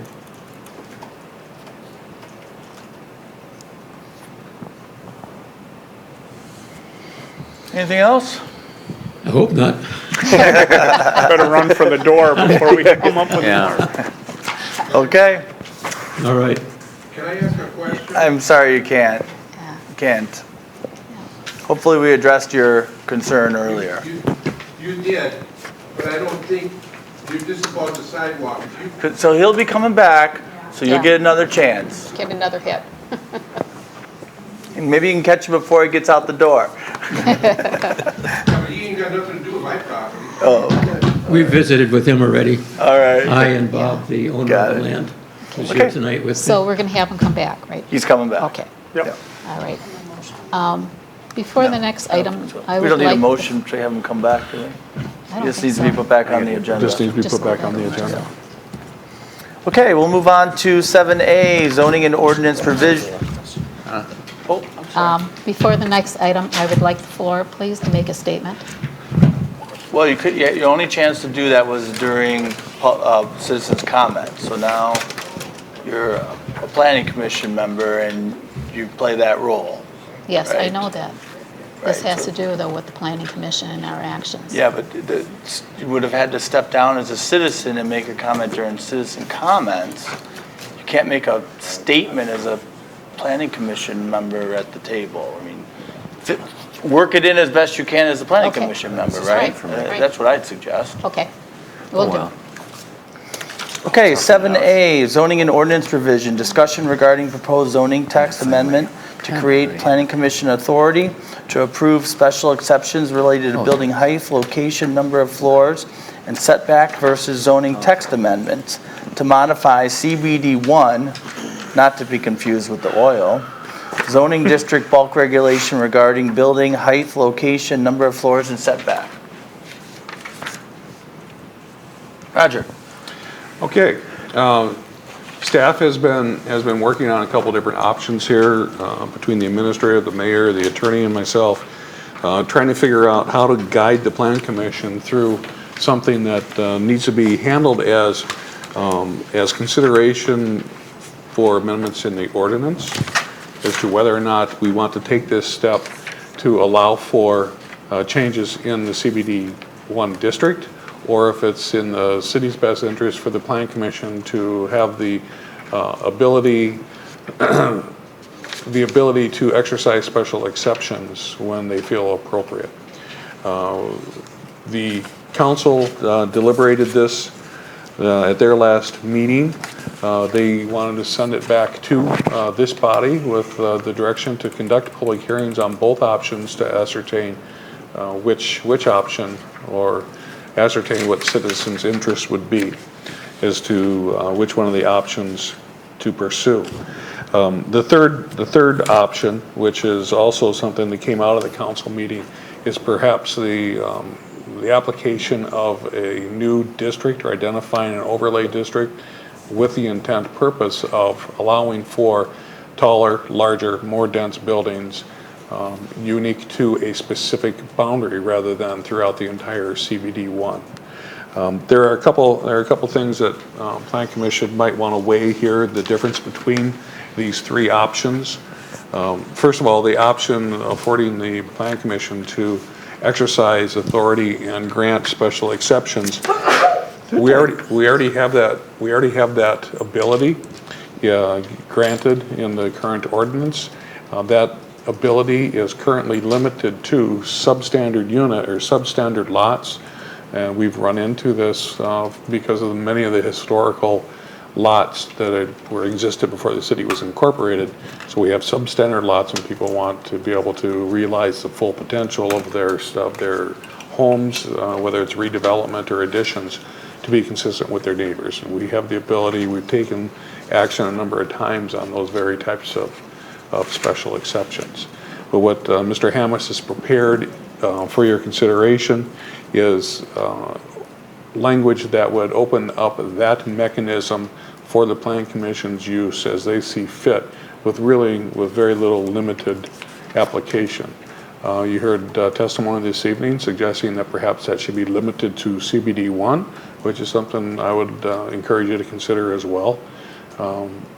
The other option is just to modify the existing district, CBD1 district. Option 2 would be allowing for a higher building type, allow for higher density given special factors. As identified in the text, and it's all at this point conceptual until the Plan Commission makes some sort of determination how you want to pursue this. Some of the language that was set forth for your consideration is perhaps in regards to 3 versus 4 stories. We could create restrictions for 4th stories, allowing 4 stories, but in exchange for parking, increased setback, the types of things that we typically negotiate for with developments. If we can keep this discussion limited to just the ordinance, the legalities of it, and the implications of any changes to the ordinance without tying it to any specific proposed development, I think that would be best, because after all, any decisions to modify the ordinance would be applicable to all properties that are determined to be within the boundary of any changes determined by this body.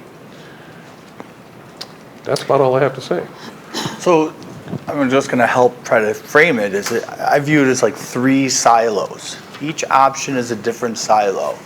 We can schedule a public hearing on all 3 or for discussion, or we can say, this one's really not a good idea. We'd like to take it out. We just want to schedule a public hearing on 2, or you could do 1.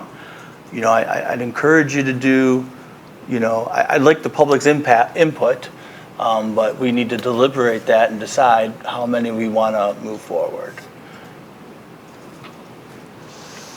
In looking at the proposed 17.91, on item 2, section E.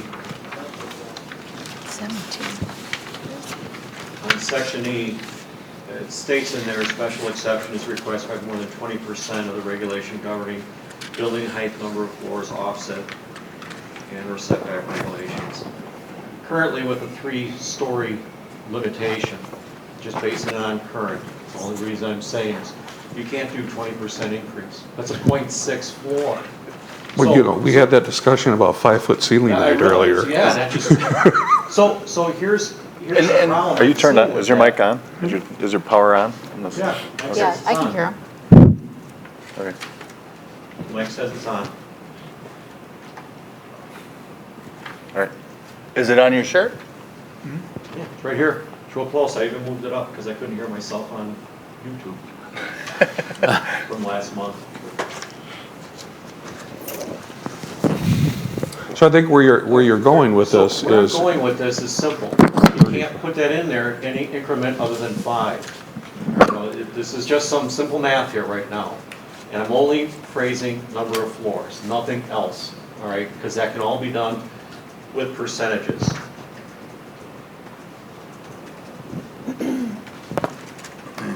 How's this? Mine works. Check. Are we good? I'll hold it like this, okay? For now. All right. So how I'm looking at that is you would either have to remove the term number of floors out of that because you cannot achieve that in any way, shape, or form. So if you want to increase it in an increment of 1, you then would have to say something to the fact of if you really want to leave that number of floors in there for 20%, you then would have to include wording in there to say any fractional thereof goes to the next whole floor value. You know, that's how you would have to cover that if you wanted to leave that in that section. Sure, so Otherwise, another you way might remove be it. building height, the number's 20%, floors 5%? 35%. You If would have wanna- to, in the case of 3 stories, you would have to go, you know, say 34%. Yeah. So you would cover a whole Or valley. 34%? Okay, you know, the example too would be is if you said, okay, we're at currently 4, you could say 25%, but you have to do it in a workable value. Yeah, I get it, And that's the only reason I'm saying that I you get it. can't put a number of floors under 20%. So you would agree that Yeah, so- on the other two, you could? You could, in On an the incremental 20%. values, Or- yeah.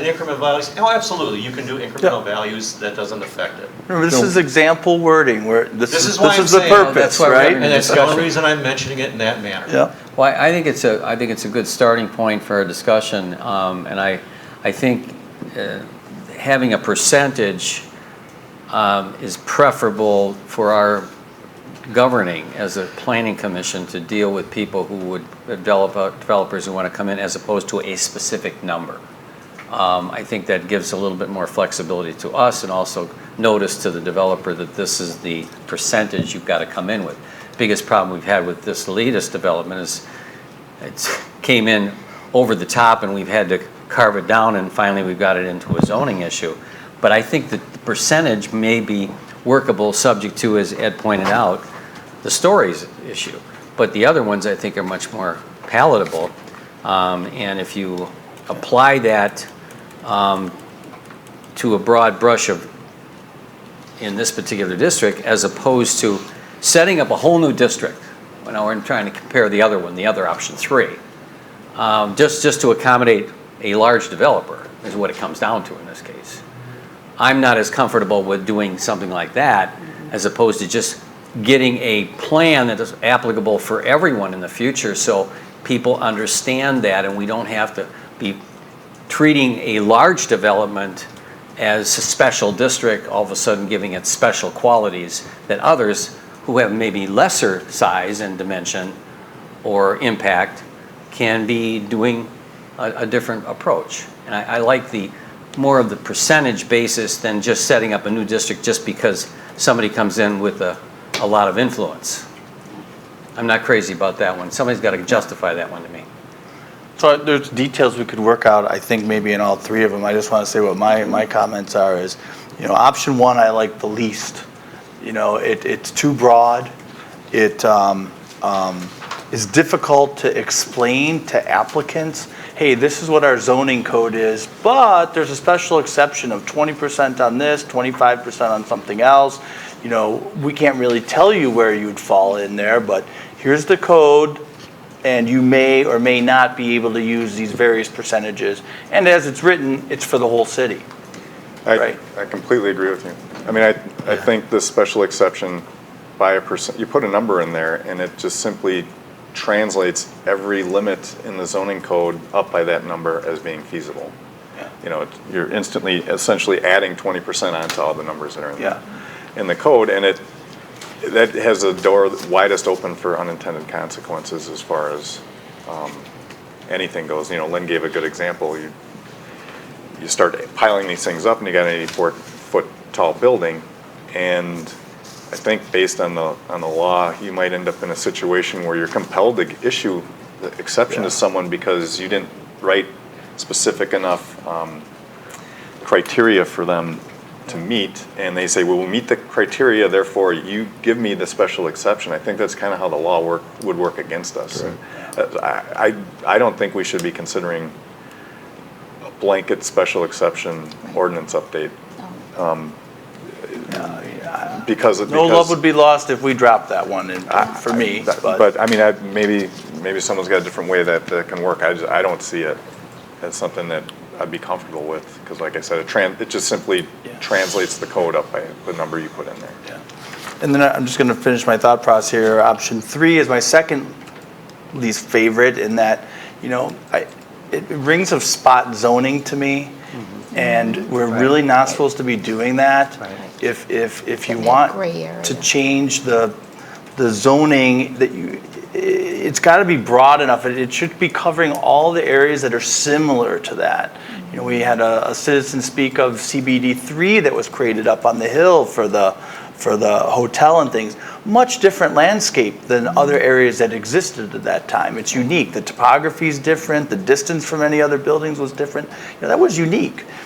To change the zoning for 1 or 2 blocks, I think we have a hard time arguing that they're more unique than the other ones that surround them. And if we do that and somebody wants to do something down the next block over and it is 1 block outside of what we're asking for, we want the new CBD 4 there. Right. And then you end up with this checkerboard thing of CBD 1, CBD 2. So I'm a little, that's my least favorite. My favorite is to just change the bulk regulations so it's easy to explain to customers, is what I'm going to say, applicants that want to come in and do development.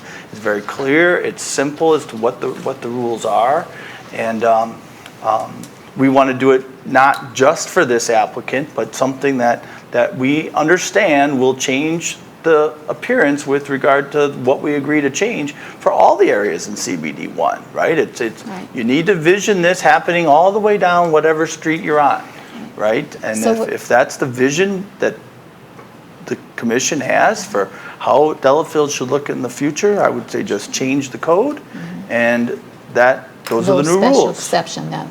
No special exception. Okay, because I spent the last 2.5 weeks, this is what I've accumulated on special exception. There's more on my computer. I wanted to see what other communities are doing that have rewritten their codes and that. And I learned a lot about the special exception. All they do is mention the fact that, and they only do it pretty much in their commercial districts. Like we have downtown business and 83, they would use them only in those districts, none others.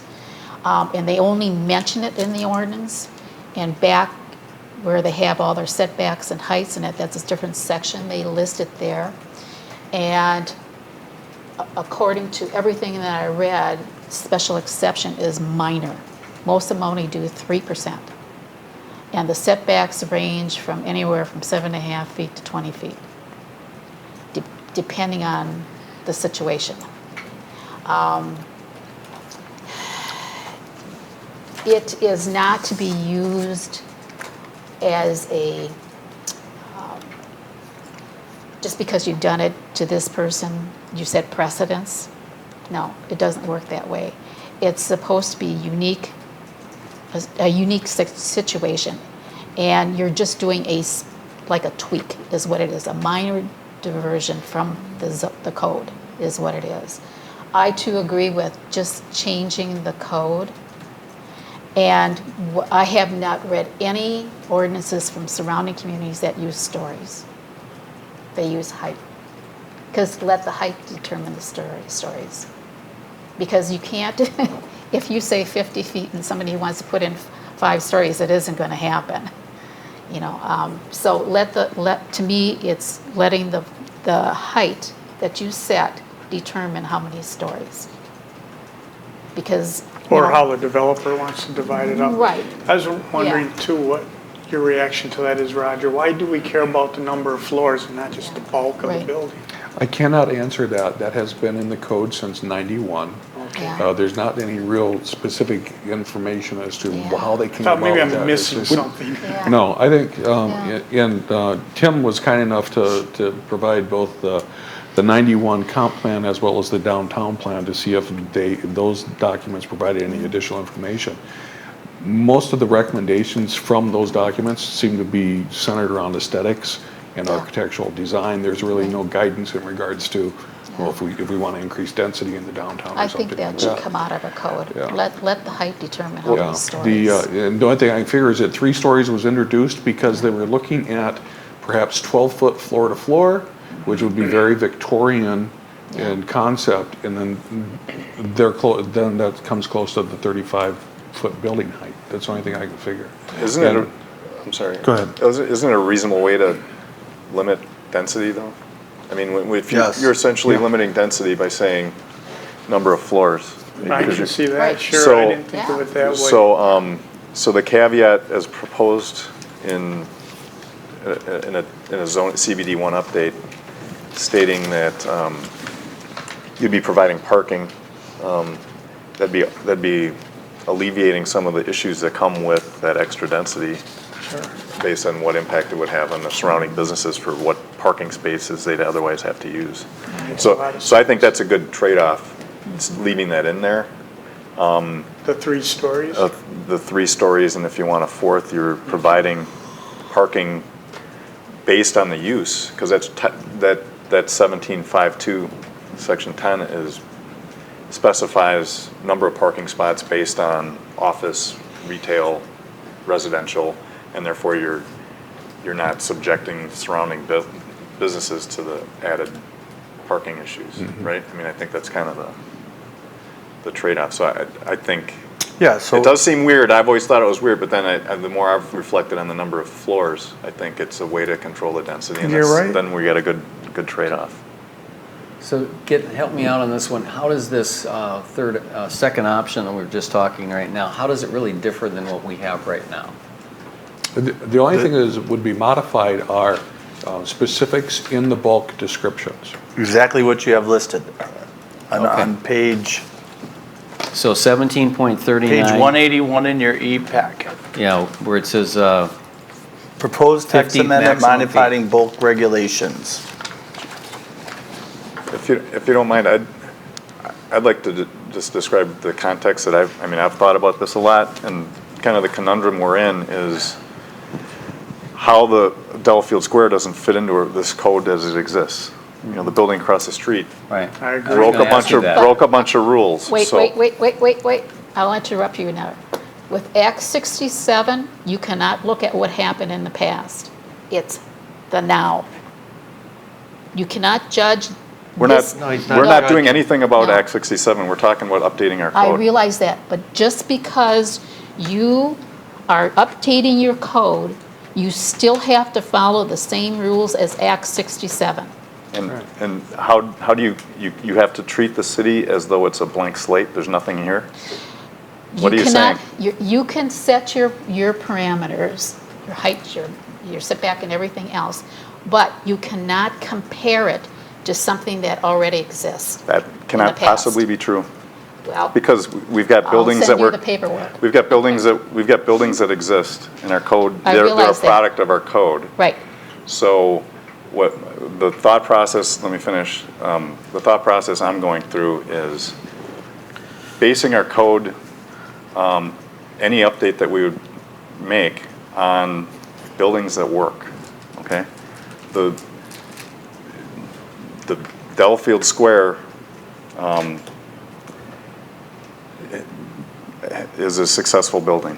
I mean, there's some issues with it. Yes. You know, I'd prefer the parking not to be street facing on Genesee Street.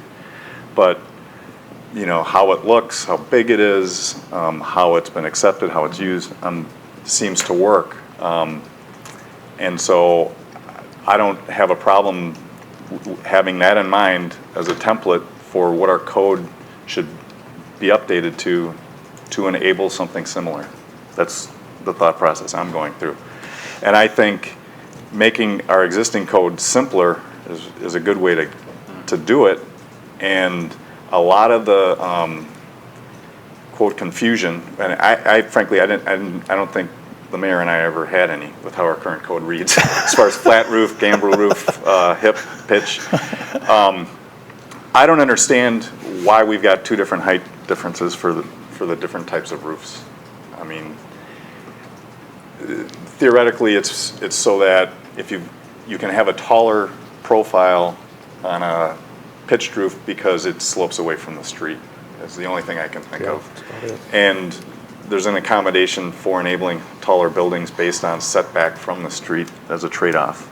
So I mean, just off the top of my head and just thinking about what's proposed here, is to get rid of all the different heights for the primary maximum building height, and just say that the principal building shall be a 45-foot maximum, and allow the same accommodation for increasing it 10 feet for every 2 feet of setback, but just make that setback off of the public right-of-way as opposed to internal property lines.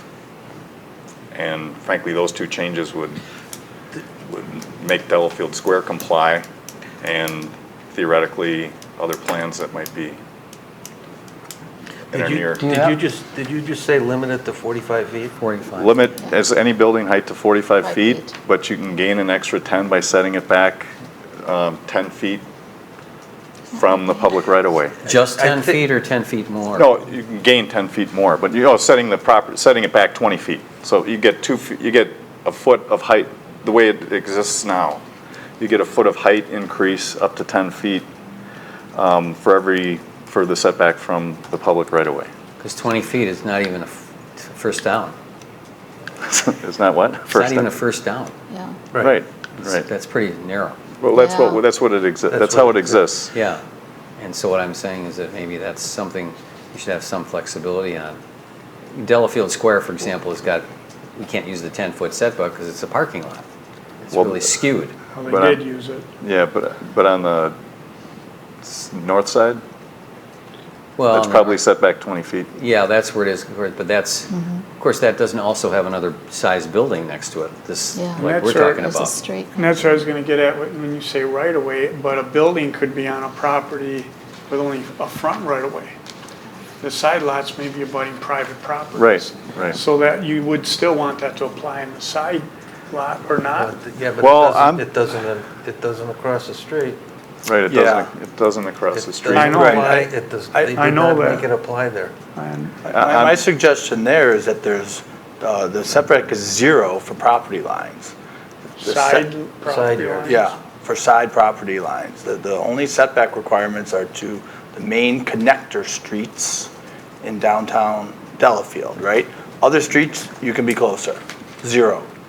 But on the main, I'm just imagining cars and people driving down the main drags, minimum setback, at say 20 feet, which is what is kind of written in there, on the main collector streets. And the other ones, it's 0, just like it was before, regardless of height. Yeah. Our collector streets in the downtown are obviously Genesee, the north-south, but then both Wells, Maine, and Milwaukee are all identified as collector streets. Yeah. I could see on the main street because you want them set back from the street somewhat. So side streets, the neighbors, this tunnel. It's 0. So it'd still be 0 for 45 feet. It's if they want to gain the extra 10, they've got to go back 20. Right. Okay. Or what if it's just limited to no feet, nothing? It's just, you get 3 stories. You want a 4th, you got to go back 20 feet. Well, you're talking stories in terms of stories, not height. Then you don't care what the roof looks like. Well, remember, it's setback and height, depending on how you look at it, are tied together. Right. Right? So if you say the minimum setback is 20, if you want an extra, story, that if you need more than the 45 feet, then you're going to have to go back a little bit further. Right? Okay. If it's 0, they don't have to be at 0 either. They can come in with a proposal where they're 5 feet off. 5 feet off, right. So, Roger, do we have data to show what Delafield Square was at the time, how it got through, when it got through, in terms of what the rules were then and how they got around the rules? Do we have history and data about that? From the best as can be ascertained from the historical record and that stuff that's on file, is that the conditional use was granted based on conceptual architecture, in which case the south elevation conformed to the height. The building height was measured given the slope, which Genesee slopes downhill to the north, so that's taken from the middle of the building like it's supposed to be. That got their height requirement as well. And then on the south side, or on the north side, where it's so extremely tall, on the conceptual drawings that was identified, I think it was like 52 feet or 49 feet But then the actual construction documents, when they came in and were approved, that was different than what was on the conceptual But from that documents. end, that's the exposed part of the basement. Right. That's why it's so tall. Right. If it had dirt around it and was not built into a slope, then Yeah, then it that would formula would be conform. different. That's where it depends on where you're taking measurements from, the low side or the high side of the slope. That's in our code. Yeah. We take the two spots and measure from the middle. Yeah, that's why I say Yeah. the height in the middle of the building That's how they got, satisfied they it. got And that, okay. that seems fairly straightforward. And Tim also made the comment about preferring parking in the rear. Mhm. Our current downtown development plan identifies that that should be a criteria for Yeah. a site plan approval. I know, but I mean, the world's changed a little on that with the Well- outdoor dining and things like that. I'm not sure Right. they really envisioned that as much then. For Delafield Square, it was pretty much the same scenario. The business owners came in support of Mr. Lang's proposal and kind of convinced the Plan Commission that it was appropriate to have that parking in the front. And one of the reasons it was given is because to operate a retail establishment, particularly a grocery store, which is part of their program at that time, you really don't have the security and control if you have entrances on the front and the back. Right. So that's how they convinced them that the parking needed to be in the front, not the back. But the one drawing was 49 feet and the other one was 50-something. The actual construction documents were obviously different than what the conceptual plans were. Do you know what that was, what their? I think the difference was like between 49 and 52. 52, just 3, okay. Yeah, it wasn't drastic, but Right. what's out there now, I don't know. What one of the communities do is what they call a step back. They step back taller buildings away from adjacent lower scale buildings. All taller buildings that are 30 feet shall incorporate a step back of a minimum of 5 feet at the 30-foot lower building height level. Buildings with an overall height of 50 feet or greater shall incorporate a minimum of 1 5-foot step back in the first 30 feet and 10 in the step back thereafter. What was employed for Delafield Square was not unlike that in that the penthouse, the fourth floor up there. Set back. It's stepped back. It's stepped Right. back from the north and the south, and obviously from the east, it's stepped back. It's set, the fourth back. floor set back from every direction except their adjacent property The they west. owned. Yeah. Yeah. Yeah, so the fact that it doesn't conform to the ordinance exactly, those allowances were granted them in the special exception, in the conditional use Conditional use. as it was approved and was the standard at that time. But as we all know that state statutes have changed in that regard, so that's why we're having to come up with these solutions. Greatly. If number 2 is the route that we need to go, then we need to repeal those 6 special exceptions. You can't leave them hanging out there. Absolutely. Jim's on vacation this week. We're going to meet next week to put together a game plan. It's, we'd be breaking the law. If that process goes through, right, so. Yeah, because otherwise you're breaking the law. No, you have to, no matter what happens, you need to repeal them. I don't understand. They were contingent upon a law change. No. That didn't happen. No, yes, I'm saying though, if we go in that direction, even if we don't, because right now they're just hanging out Is there. that the ones we're talking about? That's not even on the agenda. The 6, though. I realize that, but the 6 exceptions, because we're not, if we But decide to what go. we're talking about is not on the agenda, is what I'm saying. Yeah. That's not on the agenda for us to discuss, Right, what you're talking about. right. It's He has a not, good point. But I want to make the point that if we're going to go in this direction of. There were just other number changes that might need 2, to be made. then we need to change that special exceptions that you adopted, repeal them because of the lack of due process, Yep, and you would be breaking the law, okay. okay? That's all I'm saying, is that if we decide to go in this direction of just updating the code, not having a special exception, we have to repeal those, Got it. okay? So what are the other commissioners thinking? Bob, Ed, what do you guys, thinking we want to put all 3 to public hearing, or we want to drop one? What are your thoughts? Yeah, I'm fine with dropping the special exception, the first one that you mentioned too. I do like the idea of increasing the maximum height and just keeping that at one height, and then allowing the setback to determine exactly what the real building height can be. Right. So I think that's pretty clean, pretty easy. It's an easy change for us. Sure. Yeah, I would agree with that, and I also like the idea, you know, when it comes up and says, you know, let the height of the building determine the number of floors. That just suddenly, you know, brings common sense in how things can be put together correctly. You know, it's going, I think if we're more specific that way, it's going to avoid the, you know, 12-foot, 14-foot, you know, ceiling height. It's going to keep things in line, I think, just moving forward on that. I don't disagree. I think it does make it simpler in one way, but, you know, I think it's trying to get a density, which is what Tim had spoke to before. And it's one way to understand the density of the building, to decide what other amenities we need to include there. For example, underground parking. Do you have to have a separate height? If you have one height for no underground parking and then a different height for underground parking, you'd have to head down that road if you got rid of floors to try to predict density. But I also think it's counterproductive in some ways when you say I'm holding at 3 floors no matter what. Because now, like I said, we're right back where we are, Yeah. and we've made absolutely no progress going forward. Doesn't matter if we say the building height can be X number, 50 feet, 60 feet, but we're holding you to 3 floors no matter what.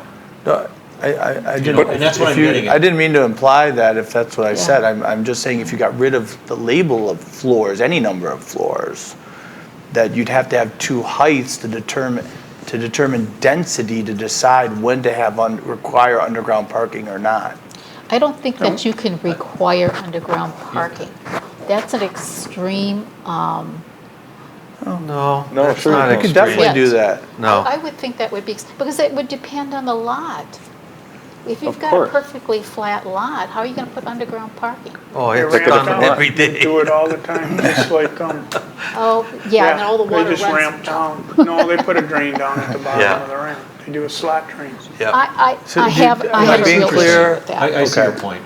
I do. It's in our code now. We require parking in all sorts of circumstances. Yep. Right, but underground parking is horribly expensive. So it's But not that's going to why- happen a lot. That's why And you won't get your 4th That's floor. why you get the benefit of another floor. Yeah, right. You're buying that floor. You're providing something. You're not taking something away from the city, street parking.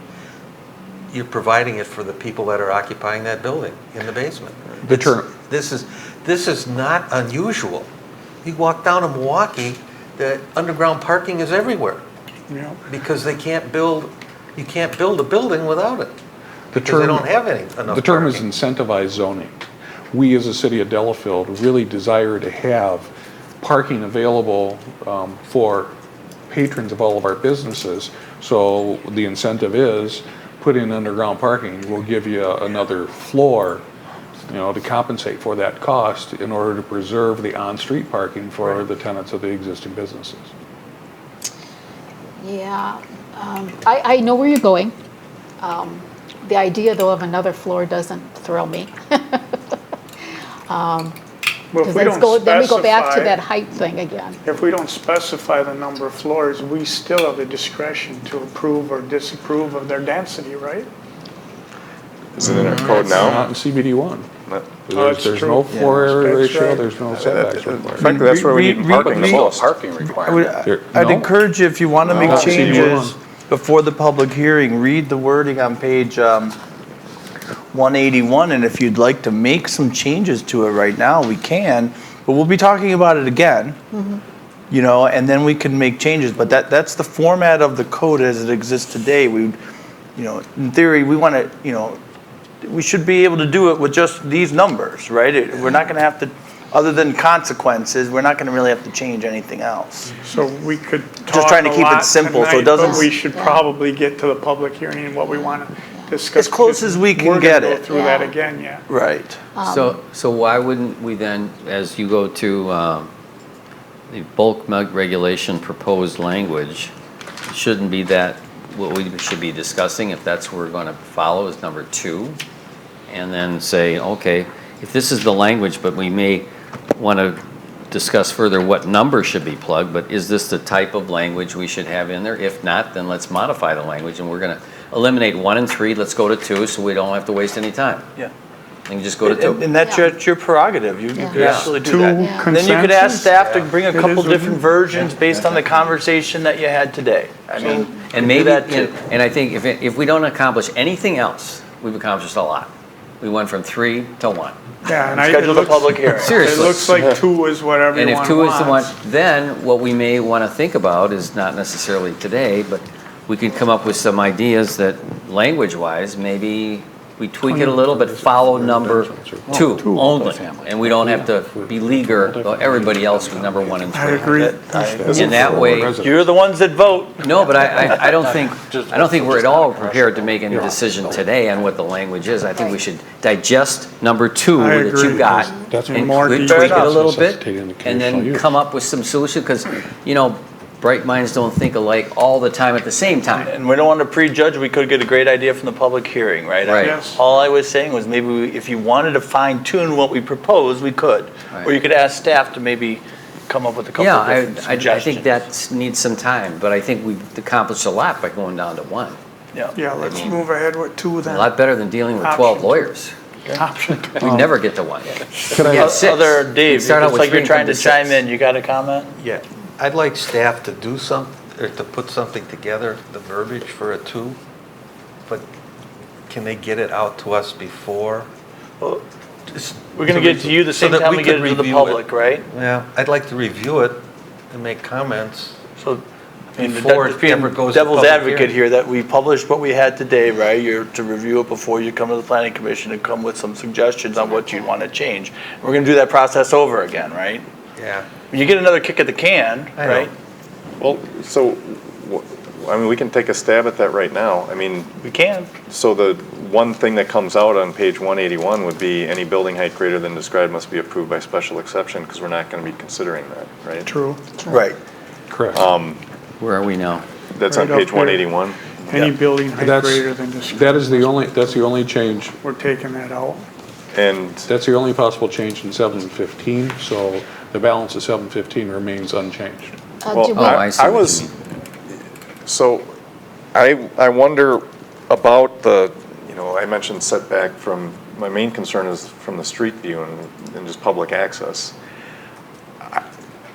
I don't know what caveat we could put in to permit somebody from making a decision on their own property, like they did across the street, saying, I'm not gonna set it back 20 feet from the other buildings because I can get more parking in front of the I can get more parking if I put it To the street. closer to the street or closer to the, you know what I mean?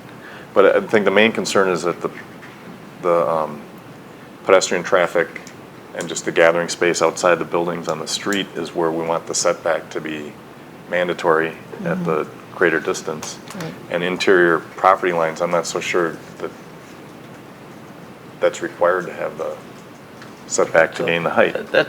So I think if I'm following you, that's what the example is saying on the collector streets, it's a minimum of 20-foot setback. You automatically get the other 10 because it's from the property line, right? Right. So you get, even if with a minimum is 45, as I think it was Ed or Bob suggested, you Yeah. could add that, you automatically get the extra 10, so you're at 55. Oh, so With the 20-foot setback. If the code were to say 4 stories, which is a conflict, you have to be a minimum, you could be further, and maybe that's an issue, but you could be, you need to be a minimum of 20 foot back. Again, to try to create those visual corridors is on the main streets, it was So thoughts we're we only had at talk- staff level. So we're only talking about the streets for that 20 feet? Yeah, just And to gain the only the 10. collector Not streets, not internal. only streets. collector streets. So it could still be 0 on. So the Could be amount of- 0 amount of on distance be- non-collector streets or neighboring properties. Yeah. So the distance between the property line and the right-of-way, you're talking what? The It's the sidewalk, same. 5 feet? Property line and No, right-of-way are It's the same line. Same line? Yeah. You Okay. got coterminous. And that's basically the curve then? No. It's. It can From the be sidewalk. anywhere. You don't know where it They is. can be anywhere. But Okay. if there is sidewalk, it's typically a foot off the A foot off sidewalk. Foot off the sidewalk? But it can be 6 inches. Oh, yeah, I mean toward the property owner. Right. It's Yeah. just the property line. Okay. We have sidewalk on property, on private property with easements. So it can be So anywhere. you just want to deal with the property line. Okay. Well, it should be the right-of-way line, which is the property line. That's what we can regulate. I'd like to back up a little bit and just share an opinion with you in regards to building height. As Tim suggested, it is somewhat complicated comparing flat roof to peaked roof. And if we just went to a single maximum building height, understand that it would be actually promoting a uniformity of architecture where we would have all flat top roofs Yeah. in the downtown. Okay, can that height be measured at the exterior wall? At the eave? The ceiling. At the eave. So what happens beyond, we don't, that would allow a pitched roof, flat roof? What about a Make any mansard roof, which is kind of in between? No. Well, it's still Well, it's at the eve. Well, you're still, okay, yeah, I guess. But now, but we also have the number of stories in there. So you could do a 3-story with a mansard and have a 4. Yeah. But the height is measured at the eave. Well, not at the eave, you want it at the wall. Top of the, Where the overhang meets the wall, or where the interior ceiling meets the wall? Where the roof the attic meets the floor. wall. The overhang's gonna be a little lower. Yeah. So you We want have it to where the, define that where the roof meets the wall. Where the roof meets the wall plane. top plate on the wall. Can be simple. yeah. Yeah, That's the height of your But you building. don't like that. but it's hard to because it makes that anticipate roof thing. exceptions that come from that. It is very hard to So in a come up mansard, with that's goofy 3/4 of the way designs up we're the gonna roof. see.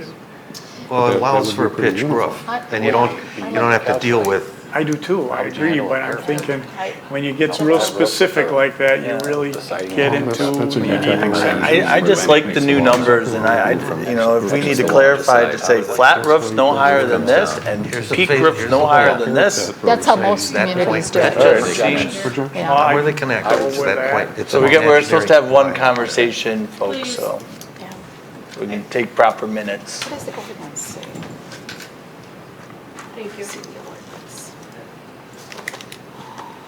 So it would be 2 heights, a height for a flat roof and a height for a peaked roof. To me, that's easy to explain, and Well, then you get into the mansard roof.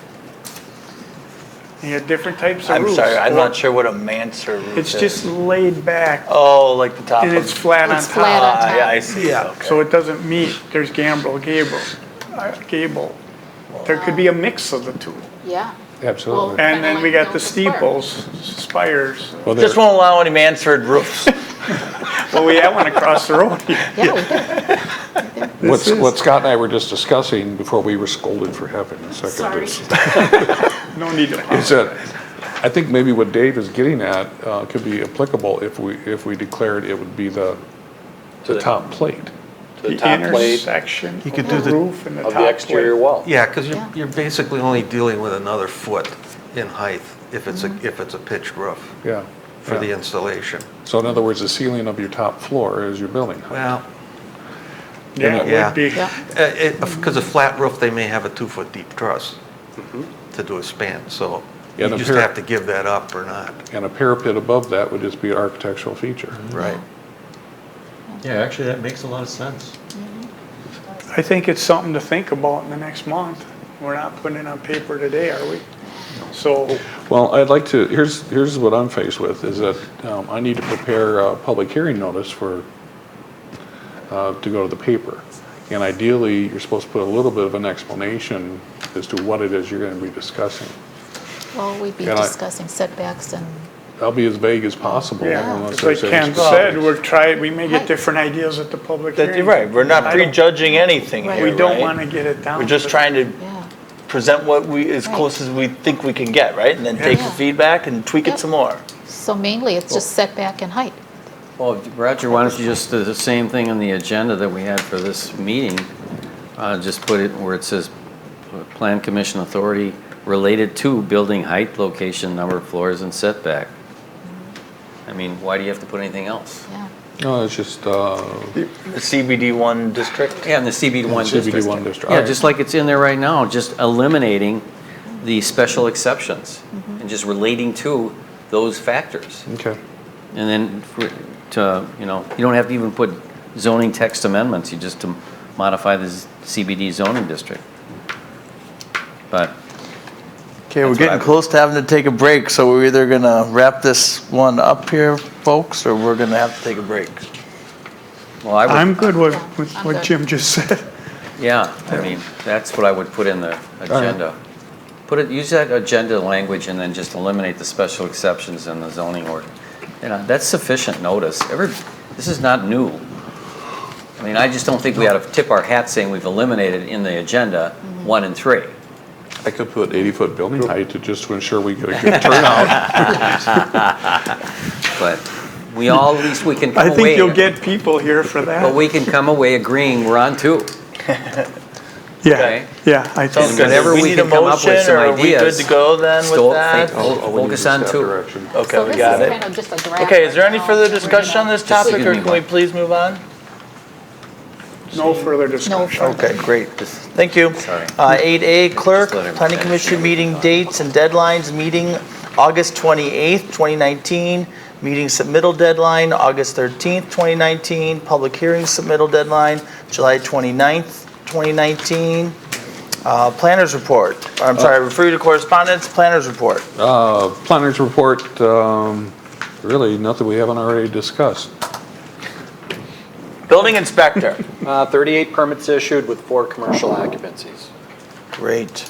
Okay, seeing no further business, we are now adjourned at 9:21. Thank you so much. So this Okay. is